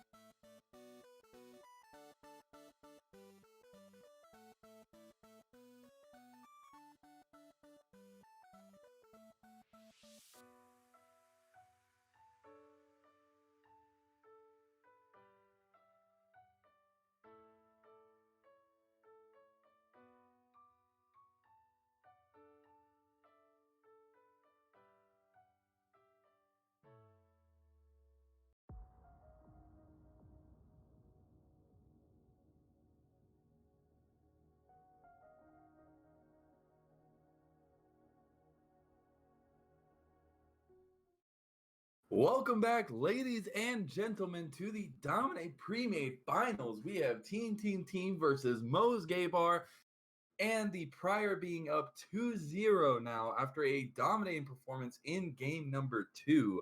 Now, with that being said, we are moving through these picks and bans very, very quickly. For the blue side, we have the Zillion, Vigar, and Nautilus taken off the board. And for red side, we have the Thrush Band, Olaf, and LeBlanc.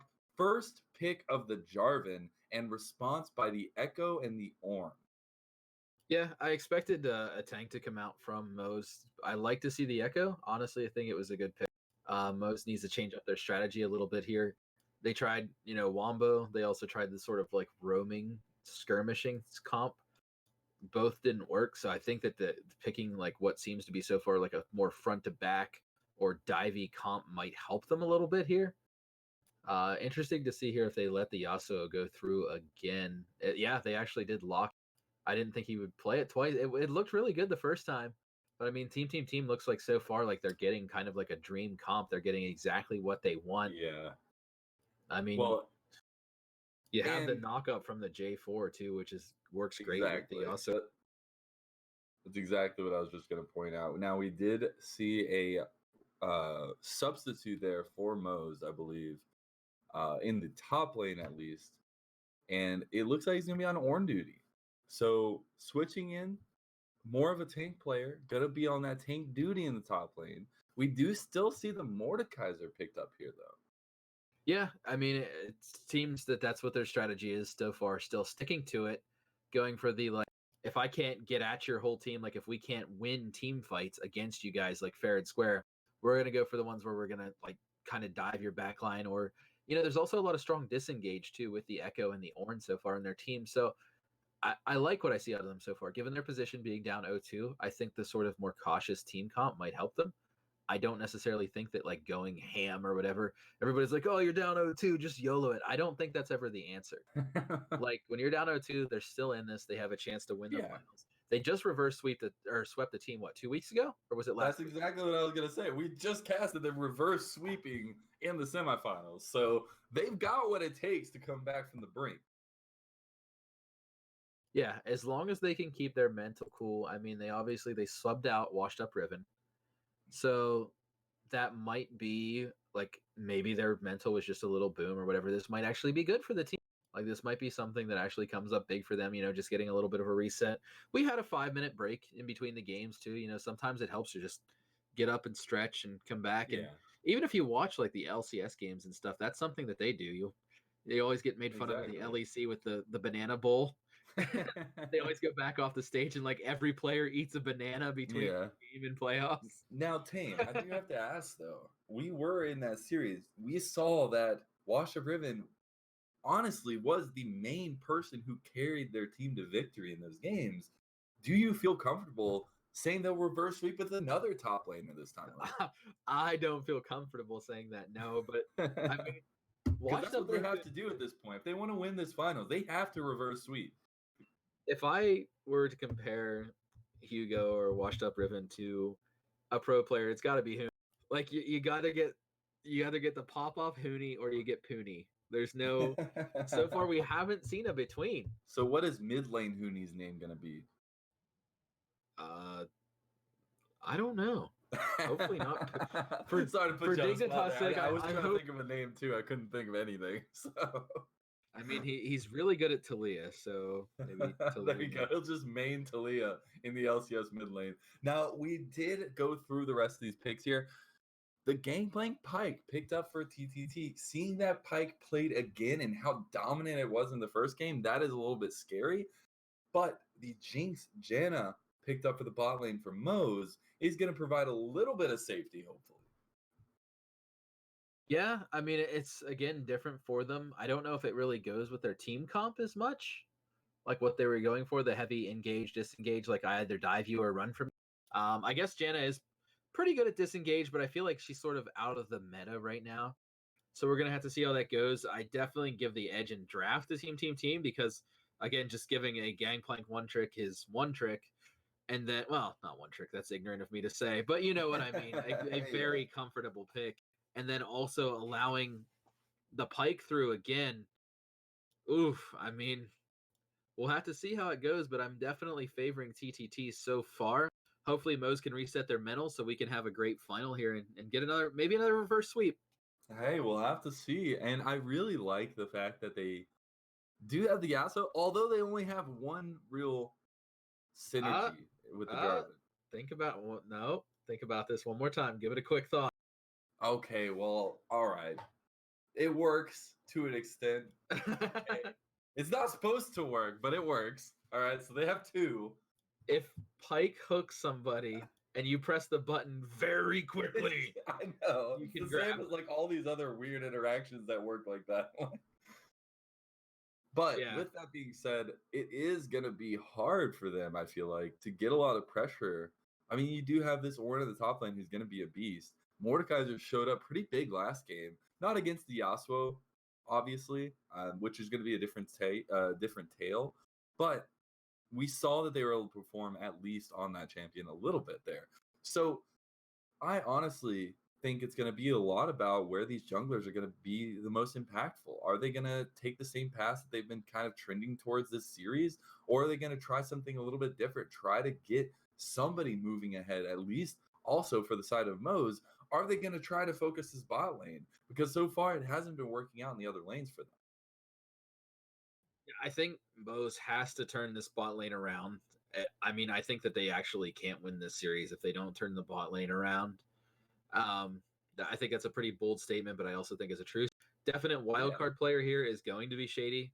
I feel like if the Echo doesn't pop off here, I don't know. I feel like the Echo needs to be like 4-0 by like 12 minutes for them to really stay in this game, or they haven't been holding on long enough for stuff like Jinx to scale, and that's what's tough. So I almost feel like I would have rather seen something like like a Draven or a Lucian come out of them in the draft because of the way that the specific ways that they've been losing. But looking at the UGG, it's not doesn't seem like a pick that they're really on a lot. So we're just gonna have to let it ride. I mean, we're gonna be taking a break here in just a second, and we'll be back. And hopefully, it won't be the final game. Hopefully, Mo's can turn it around. If I seem too hard on you guys, it's not that I intend any disrespect. I know that you guys are a good team, and I know that you guys can pull out a win if you stick with your mental here and calm it down and reset. That's what I'd like to see. That is very true. We will have to see how it all unfolds on Summoner's Rift here as we do send it to a small little break while we get ready and through the spectator delay. But do not go anywhere because we have the most pivotal of matches coming up next. It is Game 3 of the Dominate Premade Finals.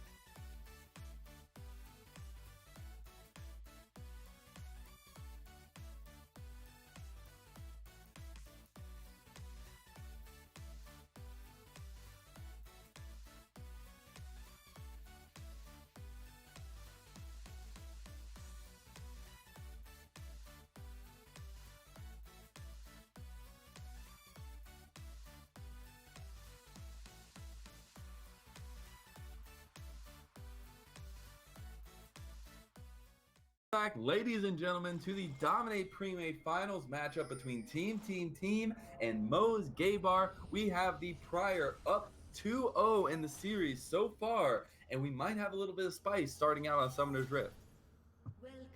Yeah, I'm really kind of pulling for Moe's in this. I hope they can reset, and actually, I would love to maybe not see a reverse sweep, but at least see a game 5. You know? Oh my goodness, they're going. This Earth mode? Are we all going bot lane as Bert the Dragon is going to be taken very, very low? They want to continue it, but no Summoner spells used just yet. We don't see the full commit. We do see double wards being used by the side of Moe's, but no kills given over just yet. Really good discipline there. Tree is going to be in some trouble. Barely gets out of the parallel convergence there. That probably would have been his doom. Really good discipline there out of Birds of Dragon to not flash. Knew exactly what cooldowns were available. But I like Moe's coming out like that. I like seeing them, you know, just play the aggressor, going for it. They're currently smiling in all chat right now. Gonna see it. Mowgli's not going back to base here, it looks like. Yeah, really surprised by that decision not to base there when you're missing a decent chunk of your health. Pain, Dark Harvest, Janna. Not the ruin I would have expected. Not the, like at all. But I mean, if he can make it work, sure. Maybe he's gonna focus on using his W to hit a full AP Janna. Yeah, and he did start with Zephyr as well. So, I mean, maybe just spamming the Zephyr and getting stacks off of the tornado. So, ooh, sharing urinals almost had Kenny there, too. Oh, yeah, that's super close. And you got to be super careful as the Janet. She's so weak. And early on, as well, is Jinx. And so when you go up into those matchups against high lethality, it's going to be super scary. But Mowgli the Cat in the mid lane putting down some damage. We see Teemo, again, lane swapping. We have the Yasuo on the top. Yeah, I mean, it looks like Team is just going out of their way to get the best matchups they can. I mean, if your team's flexible like that, can you? Oh man! Oh, and the hook coming through. He has to flash, but the flash in return from sharing. That could be first blood going over, and that is Bert the Dragon picking up that gold for himself. He does pop the spell shield. Is going to get out of that Zephyr. And is it going to be continued? The flash feels so bad. Kenny is going to go down to sharing urinals, and that is 2 kills given over to the bot lane there of TTT. Now we have more fighting in the top lane. Tree is trying to take down the tanky man in the orange, but we have the counter engage coming through. The knockup lands perfectly. Flash is going to be used. Shut-Eye picking up a kill on the Shady Gecko, and that is 3-0 starting out for TTT, just like last game. Amazing play out of sharing urinals in the bot lane to just manipulate where his undertow went. Oh, Shut-Eye, is he going to catch him? And he's going for it. Continuing this rampage he's on, just getting a little bit of the burn from the red buff, has the flag and drag ready to go, is not going to use it to take out Mowgli the Cat. He is going to try to take down that Raptor camp, though. Is probably going to get pushed off there because you have both Shady and Mowgli in presence there. The thing is, though, you're leaving Teemo to farm in the mid lane, but he is going to go down here. Shut-Eye staying way too long. Flash coming out from Mowgli. Teemo's going to come around, though. Is he going to go down? He's not. No! Shady Gecko really wants to kill. He wants to go in. He is not going to get the procs there. Teemo's turning it around, trying to take out Mowgli the Cat. The burn isn't going to be enough. Parallel convergence to be used as well. And that is a serious, crazy series of events where nobody gets taken down. And I mean, that again, that has to feel bad for Moe's right there. You're going into that situation. Oh, really nice trade there out of the through. Not having a bad day, is having a little bit of a bad day up there so far against his Yasuo, just getting pressured super hard. Which, I mean, if you spoke too soon, coming in from behind. We got fights at both lanes. TP's coming through as well. That's going to be a takedown. Actually not coming through just yet, but on the bot lane, Sharing is going to try to go in. Gandhi's going to be in some trouble here. It's looking like a pickoff, and the connection is going to go through. Bone Spear is going to steal that fate. And the Kathaya tree got away. Tree got out on the top lane, Tame. Yeah, he did the dash down, like towards tower, dash left, dash down. Like he's playing like a fighting game or something. Like he managed to get away. I was actually watching the top lane fight while you were casting the bot lane fight. It was just great. Crazy. Now, the biggest thing I did point out during the fight between Mowgli, Shady, and Shut Eye in that top side, they're leaving Timo to farm. He is blowing Mowgli out of the water with CS right now. He's almost 30 up, where Mowgli doesn't even have 10 CS so far. And that 5 minutes into the game is insane. Yeah, I'm not sure if Mowgli's attempting to farm so much as just attempting to fight at this point. It seems like they're more just they're desperate for that kill right now. Oh, they might have it here as well.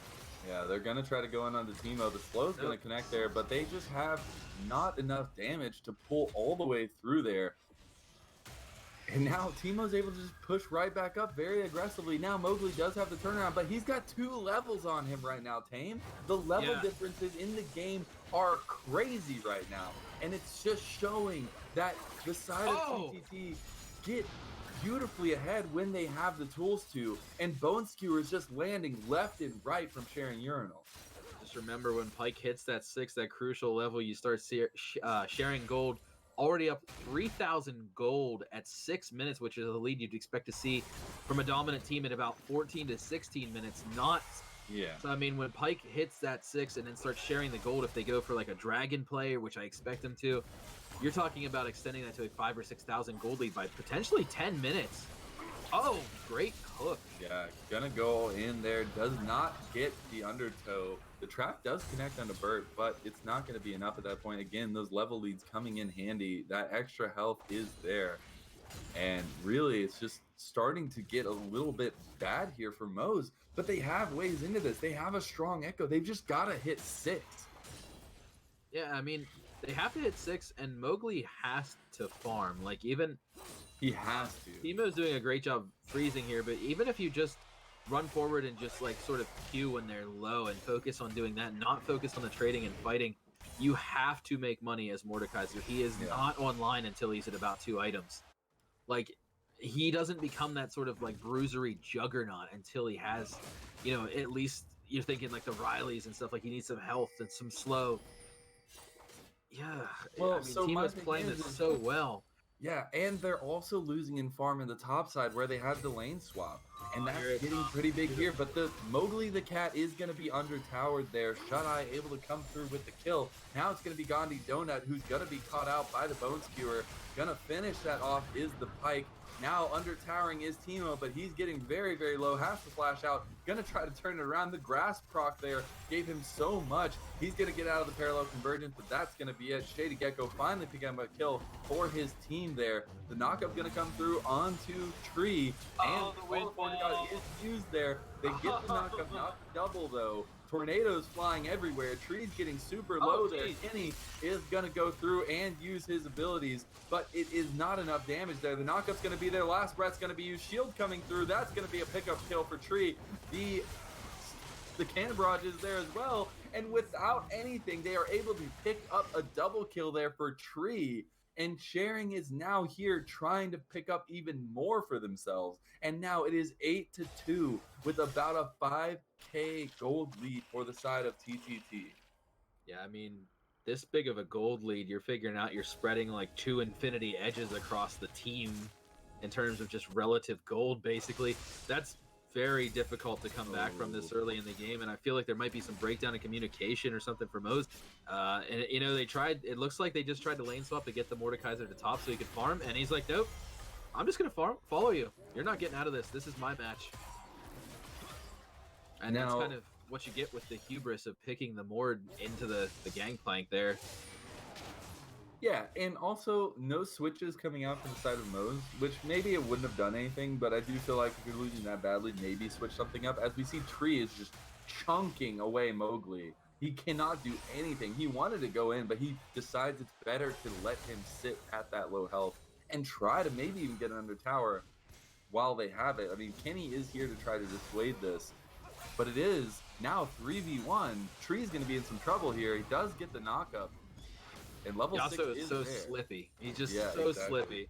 You know, he just cues away a couple times, throws a tornado behind him. It's okay. Wind wall. It's really, really mobile. And I think that's why so many people love Yasuo so much. Not just the... oh, goodness. Yeah, that's going to be trying to go in the Bone Skewer is going to be there as well. Shadow Realm was popped, but very defensively. As we see Teemo now putting some work onto Not. Yeah, I mean, that's like the worst case scenario for a Mordekaiser. Although, he did get shot at back. Yeah, they're going to get through. He does get out with the flag and drag. Shady Gecko is going to try to continue to push that. The one thing I do want to show right now, at least, and how it's been in the last couple minutes, is they did switch back to the top mid lane. As we see, Gandhi is going to be almost caught out again on the bot side. Last Breath's going to be used on the Shady Gecko. He's taking 1v2s now as a 2v2 with the rest of the team coming up to join him. And we just have action all over the place. And yet no Drake's taken yet, which it looks like they are setting up for here finally. I'm actually surprised with how dominant that they've been that they haven't taken a Drake yet. And this Ocean will be a great pickup for them because that kind of chokes out, especially with the Gangplank just having that regen early. And yeah, he's going to come in. Shut-Eye is super low. He's going to go for the smite. The red team picks it up, though. They're able to steal away the dragon. The knockup is not going to be there. Sharing Urinal is going to go down, and that is now an 8-3 lead. Call the Forge God is used, but it's blocked perfectly by that wind wall. He does flash out. Is going to be super, super low. Does go down. Kenny picking up that kill. And the Dark Harvest box ringing true. oh my goodness, they're Hurt almost getting a double, only a couple hundred health off of a double there with the boomerang coming out from Sivir. Whoa! Whoa! Hey, there goes the longest blade in history. Whoa! That's so cool. It actually bounced the whole way to the base. That's something that I've never seen that before. And the Grievous Wounds just procced onto Sivir because it just connected onto the Bramble Vest. That's hilarious. That's amazing. I love it. Oh my goodness, look at how big Teemo is going to be so low. Cannon Barrage is going to go down. That is not going to be the kill. The time taking too long between those. Teemo is going to go down up here as well. More than likely, actually survived for a little bit longer than we expected, but does go down. And all of a sudden, Moze is coming back into this game. Moze is playing their game. I mean, they're only down 3 kills. They closed the gold lead by 2,000. They really feel like they are trying to play their best game to get back into this. Really need that Mordekaiser to get in. That is what I was trying to point out earlier. So TTT have switched the lanes again. So now they have the original, what we thought was going to be the setup. And they're still dominating in CS. Yeah. You've got a 30 lead in the top lane. And now a more than 50 for Tree in the mid lane. I mean, worth pointing out too, you're seeing Sivir with over 100 with 4 kill participation at only 13 minutes. I mean, yeah. You're pushing like 9 CS a minute, which are great numbers that you. Yeah, the Bone Skewer is going to be Every there, but time they I don't see want one to of them land, it's so scary because I've just seen him do plays that I don't even see. Like I'm analyzing the game and watching, and he's just doing stuff that I'm not even expecting to see.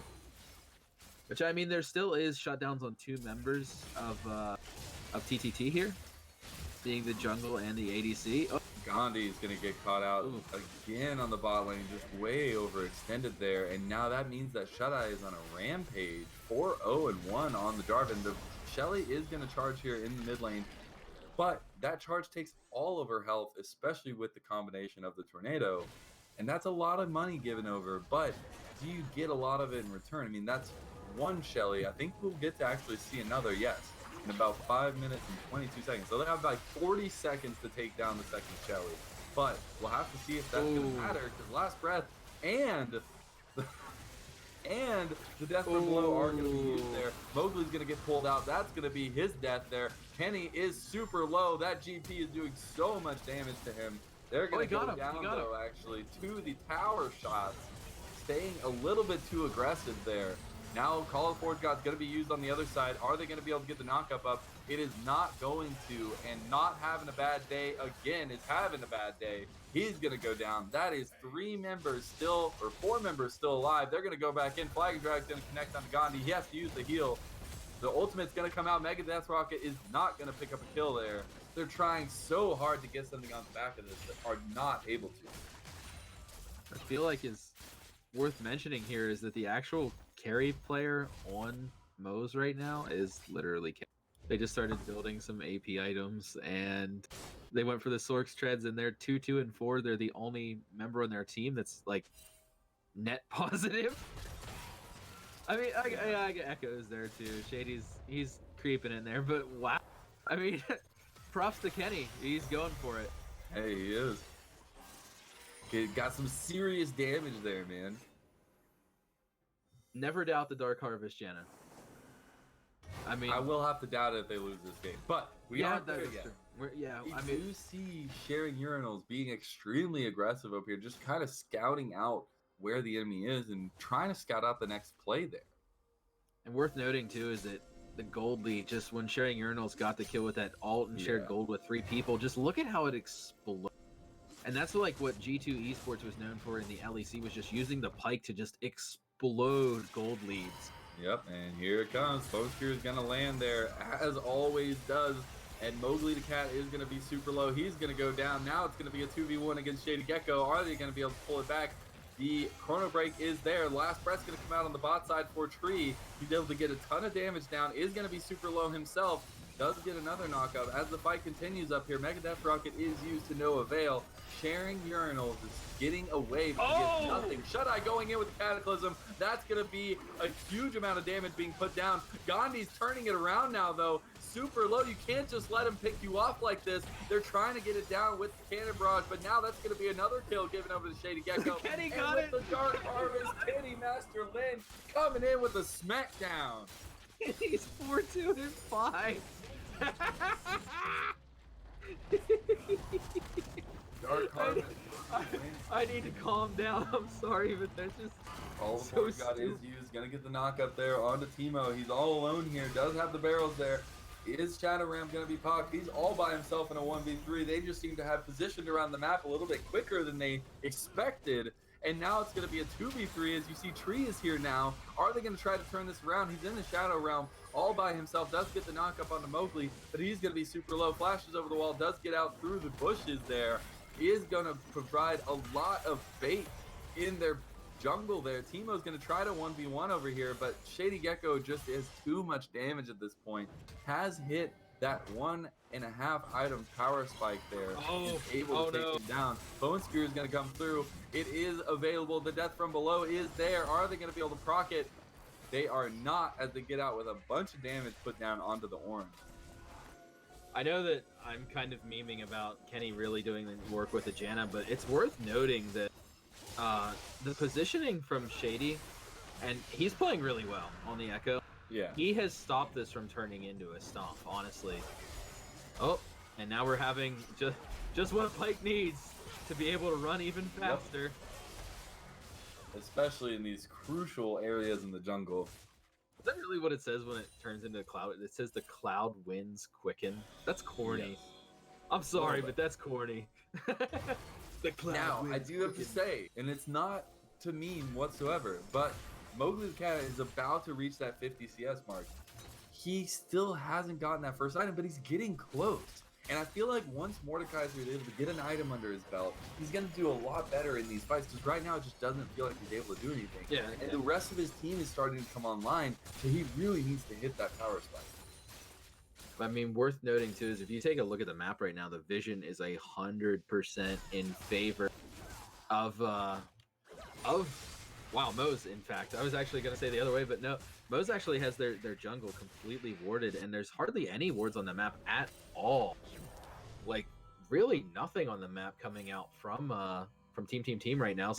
I mean, if Moze Gaybar is gonna find their way back into this match, that's a great way to start. I mean, vision wins games, right?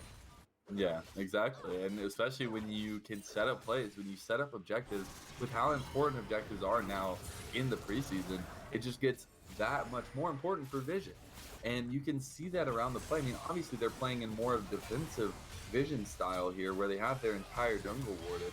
But in the bot lane now, last breath's going to be used by Tree. He's trying to go all in on not. The knockup's going to be there. Call the Force God is there. Is he too tanky to take? He does stop it. The damage isn't there. It's going to be so close. He realizes that he would probably die against that, the Thorn or the Bramble Vest, and has to back off there. While we see a fight over Shelly, you have just about 10 seconds to get him down. It does go down to the side of Team, and a huge cannon, or a huge barrel, rings out through the backside of Moze. Oh my goodness! Just putting That was him down. insane. Oh, The God. quickness of that ability use there shows that your sharing urinals was ready for that, and he's continuing this push. Gonna keep going. Phantom Undertow is used. He's he know going to about the him, rest though? of his Does he team, know though. Mowgli's Sharing there? Urinals Oh! does not realize that the rest of the team is there, and he goes down. That is Shady Gecko on a killing spree. Shady Gecko's really putting Moze on his back right now, and just, I mean, obviously we have Kenny with the double glacial items, and I mean, would you have rather seen a glacial Janna this game than the actual Dark Harvest I mean, Janna? honestly, He's gonna, that's the only reason that they're potentially staying in this game so far is the damage coming out of Janna. So no, I think this is how it's working out for them. oh, is But Moze? the Dragon is in is- one-to-one against okay, Mowgli, he got though. it. He's going to get turned around on. That's an ADC who has hit that 2-out and power spike, and he can Oh, push the Kenny! face in. Kenny's going to Oh my flash God! forward to land the Zephyr. Mega Death Rocket's going to miss there. They really want these kills. Oh! He sidesteps into Kenny, and he is unstoppable. That is a 5-2-5 Janna, while the top lane second tier tower is being pushed, though. There's a huge fight happening in the mid lane. Gandhi's going to pop heal to get the speed. Does pick up Teemo there. Now Birth the Dragon's going to be in some trouble. Last breath is used onto Shady Gecko. He does get the kill, most likely onto Birth the Dragon. Actually getting away now, able to turn around. But now we have Tree, who's turning it around, able to pick up one of the kills. He's going to go down more than likely to this power shot, though. And now does Kenny Master, who is trying to pull it off again. Can he get the Zephyr off? He gets the kill. Actually, it is a return double for Kenny Master Lin. And that is a crazy series of events. And we are now about only 7K in the lead for Team. How are they doing this? They're coming back, and what is happening? And yet, despite all this, they still have a 7K. Oh, they're not gonna get this Baron. They don't have the take. Oh, this is bad. Yeah, Don't throw the game. You guys a are little just rough getting here. back. Shut-Eye getting dropped, though, by the side of Gandhi. That's a ton of damage coming out, though. He's going to have to use the Blast Cone to get over the wall there. Ooh. Mowgli is going to get the pull back over. Doesn't want to commit all the way, though. And they're going to have to back out. But we do see Teemo taking out some vision there. Does get the parallel convergence put on top of him, but it doesn't matter. So, I'm gonna do a quick check here on Kenny. He had 14 Dark Harvest stacks. More than I expected. I mean, He also has built the glacial items. yeah, that's what I was thinking. Like, if he was gonna build that way, I was like, should he have gone glacial? But I mean, the Dark Harvest is working. It's I working. can't question it. I feel like you go straight AP if it's working, right? Yeah, right? Yeah, that's exactly what my thought is too. But like, this guy is like living in like 3019. Like, we can't question that.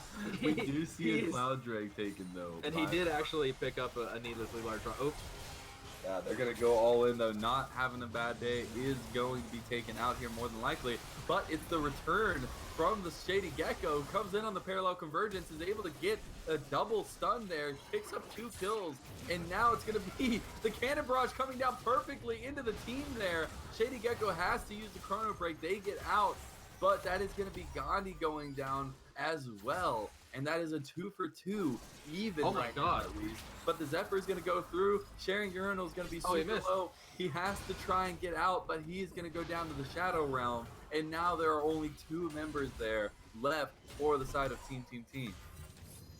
wow. I mean, that's my analysis right now. It's just wow. Kenny Master Lin with the carry on the Dark Harvest Janna. Previously unsaid sentences in human history. Oh my goodness, that barrel did so much damage to Kenny, but they're going to be able to catch him again. You can't get away from them. They're too quick, and they have too much CC and slow there. Teemo is just trying to get out as best as he can, but he's going to go down a little bit of overextension there. And now Shady Gecko is unstoppable. Yeah, I mean, and the Echo show just continues, and especially like with how low the CD on his ult is when a standard build, you can actually be ulting about every 30 seconds on Echo now. So you basically have to kill him twice. Yeah. Like every single fight, you got to be thinking about how to kill Echo a second time. So we've evened up the kills here, actually, with Moze taking the lead in the kills. The biggest issue, though, is the CS is still astronomically different. I mean, you have huge CS leads across the board for TTT, and Yeah. that just sets you up better for the later game, especially on this Sivir, who has already crested that 3-item spike, and once she gets to those 6 items, you have no hope in these team fights. It gets so difficult to outplay it. And Moze is doing a lot of really great skirmishes, but in terms of like objectives and towers and stuff, Yeah. they're down by. It's still a commanding lead, I would say, for TTT. Oh, Moze. They're going to go all the way in on the Mowgli. He's just going to get blown up now. These power spikes are here, and they're doing so much damage now. Not having a bad day is going to go down as well. Shady Gecko trying to pull the hero play on the backside, but a little bit too late and a little bit too little, and that is going to be a shutdown on for Shut Eye, and they're going to go over to the Baron and try to take this out quickly, as it is a huge task for the Kenny's two there. members left trying to take this out. You do have Kenny there, but it is a pipe that you're having to deal with. Kenny's Last AFK. going to go all the way through there. Kenny is not responsive, and they go down. That is going to be a Baron. That is going to be God! possibly turning this around there. He has to get over the wall or he dies to a Janna. So Kenny was. It felt like almost like an Afromoo impression there. He was just kind of chilling in the while his teammate gently wept. I mean, they're pinging the Janna Ignite right now, which seems like a joke or a meme, but like it's actually a relevant thing to ping. I feel like Janna is absolutely just rampaging through this game right now. Yeah, she really is, and it's just a little bit too little right now. You need these power spikes for the rest of your team, and just haven't gotten them when you need them. And now with your base being pushed in, you have a Baron up team facing you on the other side of the rift, and who have huge item power spikes coming through and item disparities coming through.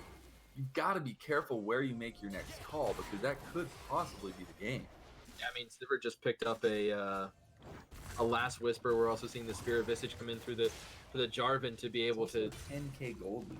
Yeah. Ooh. The hook gonna land over there, does get a little bit of damage put on him, but not very much. They're just trying to pick this through. Shady Gecko is gonna get 1v1 by Shut Eye. He actually pops the Chrono Break at the perfect second, does get out, but it doesn't matter. The On the Hunt was used, and they were able to take him down. More Baron buffs being spread across into the mid lane here. Now you have 2 lanes pushing, with a third passively pushing in the top side. And it is looking so rough right now to win a fight for the side of Moze. Oh, beautiful He stuff. just wanted to flex on him a little bit. He goes all the way in, sharing urinals, showing off these mechanical skills, but he does get put down a little bit by Kenny. And honestly, Kenny has had a great game so far, besides the fact that they've been losing these objectives as they go all in on the Mowgli. Gotta get He one. is still alive though. They're still Yeah. fighting over it. He's able to get a ton of healing back. He's going to take down Shut Eye, but he gets taken down in return. Now you have Baron buff minions pushing down the base of Moze. Could this be it, or are they going to make one last stand? Immediate Chrono Break coming through from Shady Gecko for some reason. Way too early, I feel like. But Kenny is here to follow it up. He's doing so much damage there. They do get the return sweep here. Bert the Dragon's going to go down as well. That is an ace for Moze Gaybar, and a return to triumph there in their base, in their last stand. 9-3-13. Dark Heart. Oh, they just put Ardent Sensor. I mean, I don't know. I feel like at this point you may as well just go for it. If you're going for it, you go for it, right? Do you have to point out that Unews was also just bought by Gangplank and Static Shield was finished for Sivir, so Sivir is on that 4.5 item power spike with Last Whisper in her pocket. That's a little bit scary. I mean, they are taking the Cloud Dragon here. You get the Cloud I Dragon. feel really proud of Moze that they're not giving up. Me too. Not just because I get to cast more League of Legends, but because they are showing that they have a little bit of mental fortitude here in this last game, and that they're able to turn some of these fights around. Because after seeing their performance in the semifinals last game, I had such high hope for them in their mechanical skill, in the way they played with the team, the communication that they seem to just flow with. And to see this performance today has been a little bit unnerving, but to see them coming back in Game 3 like this is great to see so far. I mean, I will never doubt a Janna. Again, I've actually learned like apparently a valuable lesson today in my league. Shady Gecko is about to get bone skewered. Does not connect there. So close to this game's like not really on a razor's edge because there's a 20 or a 10,000 gold lead. I mean, it does feel like that something's going to happen to end this in the next few seconds, and it could go Mo's way as well. Oh, here it comes. Gecko's going to get engaged on there. The last press going to be used. He uses the chrono break perfectly back into the enemy team, but he's going to be taken down now. We have fights on other sides of the map here. Although Mowgli is going to be taken out by Tree up there. Actually, a double kill given over to Gandhi from the other fight. Now Kenny is following it up with Dark Harvest. Now you can't stop this hyper carry Gandhi, who is doing so much damage, but you have Bert the Dragon on the other side, who takes him down. And now it is one left standing for TTT as two remain for Moz. But Tree wants to continue this, wants to keep fighting. Does he have enough damage to take down this tanky orange? He feels like he does because he has the knockup. He does stop the damage coming through. He has a shield coming up. Gonna be super low. This is gonna be a close fight here as we do see it continuing. And it is just a long, drawn-out fight going on here. Last breath's gonna be used again. Not having a bad day is gonna be most likely taken down. He is. That is a kill for Tree, who's gonna continue to farm up his enemy jungler. The second that Ornn died there, he purchased a Thorn Mail. He's like, forget this. That's not happening again. He went ahead and just finished the Thorn Mail. Yeah, we do see one of the Nexus towers being taken down in Mo's Nexus. So that gets a little bit scary. You have to be careful of Pike.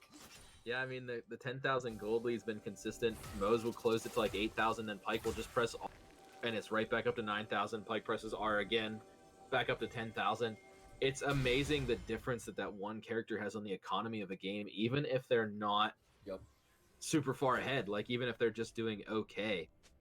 But I mean, we're seeing the Janna now up to 10, 3, and 16.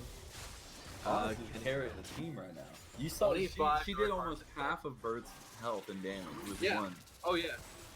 I mean, a fully charged tornado out of that Janna right now is going to be doing about 1,000 damage with a Dark Harvest after resistance. Well, so far it's been the Zephyr that's been doing a lot of damage. Oh yeah, that too.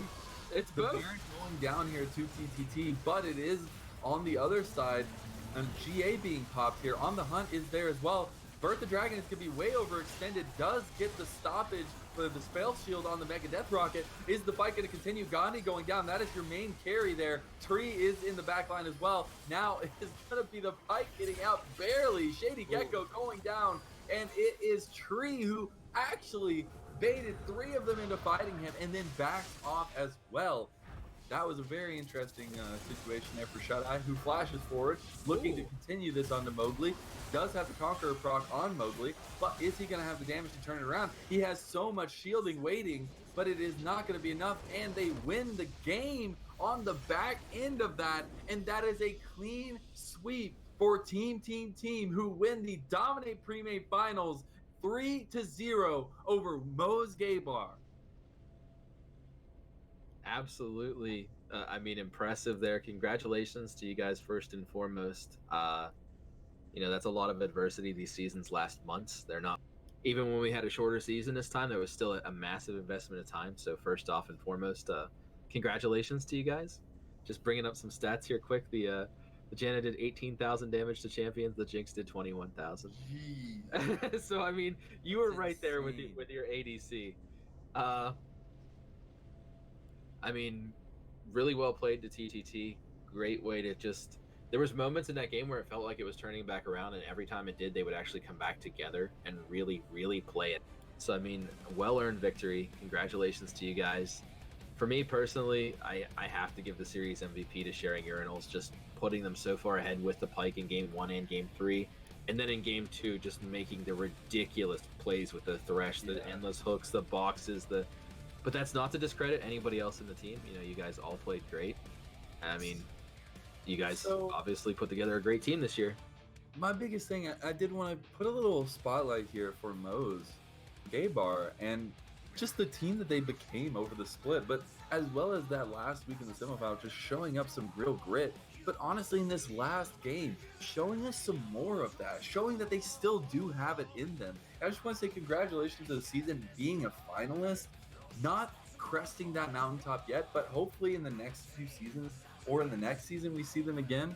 I do have to say Kenny and Shady Gecko in that last game were popping off. They were the reason their team was still in the game. Shady Gecko making some of those insane echo plays as soon as he hit level 6 and just continuing even though his team was getting so far behind. And then Dark Harvest Janna coming out clutch with Kenny Master Lin did do really well. So great season to these guys, and just thank you for being around, and thank you for giving us this finals, because it was definitely a fun one. But as well, like you said, it is TTT who come away victorious, and just a huge congratulations to our champions there, and just a wonderful series played by them.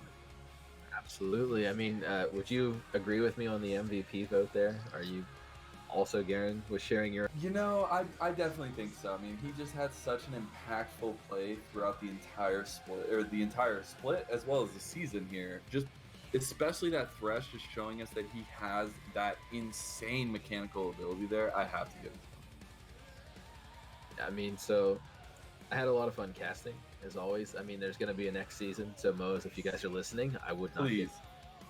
You guys have a really good core of your team. You know, obviously work on the mental a little bit, come back stronger. You guys have really gifted mechanical players, and I think you guys have an upward trajectory.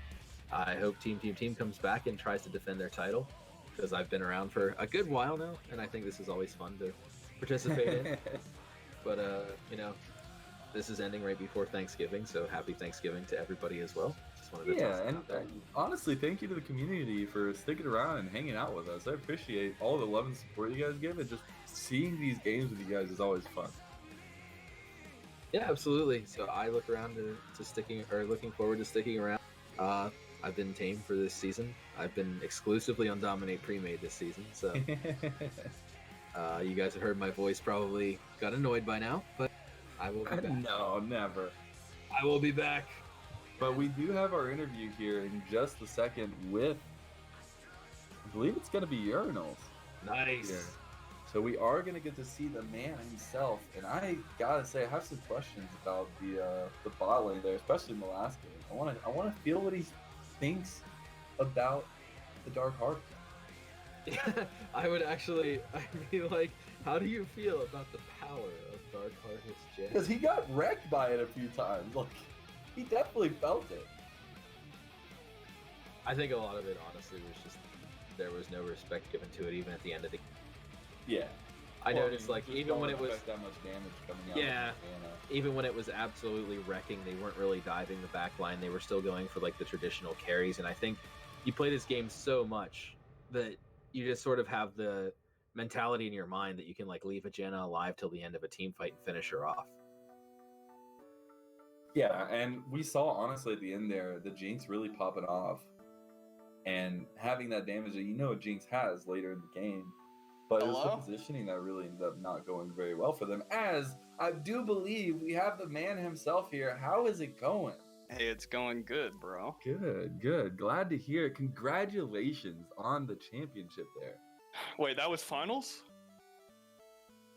It was indeed. Yes, that was finals. It was definitely finals. No, I'm just being then.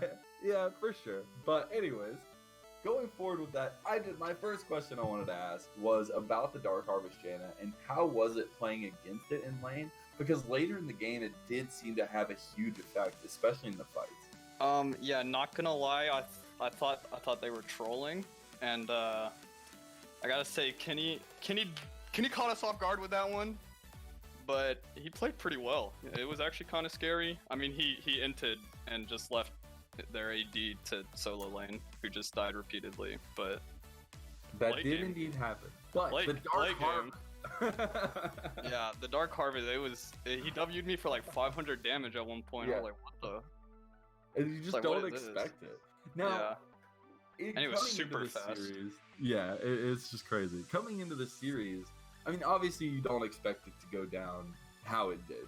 But once you felt after that first game, did you really feel the momentum was in your corner and that you guys had this good mental space to continue that and go into a sweep? Yeah. Honestly, I thought TLI was our biggest competition. I thought we were just gonna roll over the competition after that. And then whoever we played last week, Rutro Gaming, I think they were good. But no, we played Mouse earlier this season and it was easy. We weren't really too scared. Do you want to ask a couple questions? Yeah, I was just gonna actually ask like your future plans. Like, do you guys plan to like keep your team together and see if you have like an upward trajectory with it, or was this like an experiment for you guys, or how do you? They hit me up and they were like, "Do you want to play on this team?" And I was like, I mean, sure, just because I like playing." So I was like, "Whatever." But I think I'm gonna rank out, so I don't think I can. I don't know. I think our ranks are too variant. That was actually what I was gonna ask you next. Yeah. Is, like, are you planning on going for like, obviously, you know, I don't know, challengers a little bit like it's a high aspiration, but like. Yeah, I mean, like, hopefully. Master or. Yeah, I mean, I haven't ever played as much as I did this season, and once I did, I started finally climbing. So hopefully, I can make it to challenger or something. Are you still having like decent LP gains in Diamond 2? No, No. I'm not. Yeah, I was gaining 13 and losing like 17. Oof. No, See, yeah, it was yeah. rough. Yeah, that's painful, man. That's a grind. But Mhm. I mean, yeah, you obviously deserve to be there. Like your thresh hooks were disgusting. Were you surprised that they let you have thresh in this? Yeah, I was. I don't know who's running their drafts, but That was actually a big point that I thought was that I felt honestly in all three of the games I thought that you guys won draft. Like a big point for me, like as I was analyzing the first draft, is that they waited to show half of their bot lane in the first half of the draft, like when they just showed the Leona. Then that Yeah. basically like tells you guys what's coming up in the second half of the draft. So oh yeah, that first game, the Leona into Pyke, I was like kind of worried, and then they picked Jhin, and I don't know. I feel like Jhin just sucks. I think you guys definitely had a better draft. Do you have somebody specifically running your drafts, or do you? No, like, guys... we just talk it out. That's while good it's because going. you guys were really close to almost like the pro meta that's going on in like scrims right now and stuff. Yeah, too. we made sure guys to have get a- everybody to play like a few games on the new patch, so that we knew what was going on. You guys definitely have a good beat on it. So again, like congratulations, man. Thanks for playing in our league. Any other last questions you have here, Lemon? Honestly, I just wanted to give you a second to give a shout out to whoever you wanted to. Who you Hey, wanted to give a hey, shout out to the community. Hey, shout out Elkan. He carried us all the way up to this to where until we both ranked out because we didn't read the rules. So shout out that guy. But shout out Bert too. He stepped up. Yeah, he definitely. I honestly haven't played with a plat 4 player that's played that well. Well, you like to hear it. Well, thank you so much for stopping in with this interview with us. Yeah. And congratulations again on the championship here. Yeah, for thanks, Dominant bro. Premade. Thank you. Yeah, of course. Well, with that being said, we are going to end it here for the night. But thank you to everyone who has been through this incredible journey through this season of Dominate Premade, and to witness this finals here with the dominating fashion that Team put down Moe's Gay Bar. It is a real stamp to their championship here. And just one last quick shout out to Risen and to everybody that is a part of the organization. Thank you so much for allowing us to have the opportunity to cast these games for you. And with that being said, that is going to be it here. Have a wonderful night, and we'll see you next season for Dominate Premade. Hey, yo, shout out James too. Love that guy.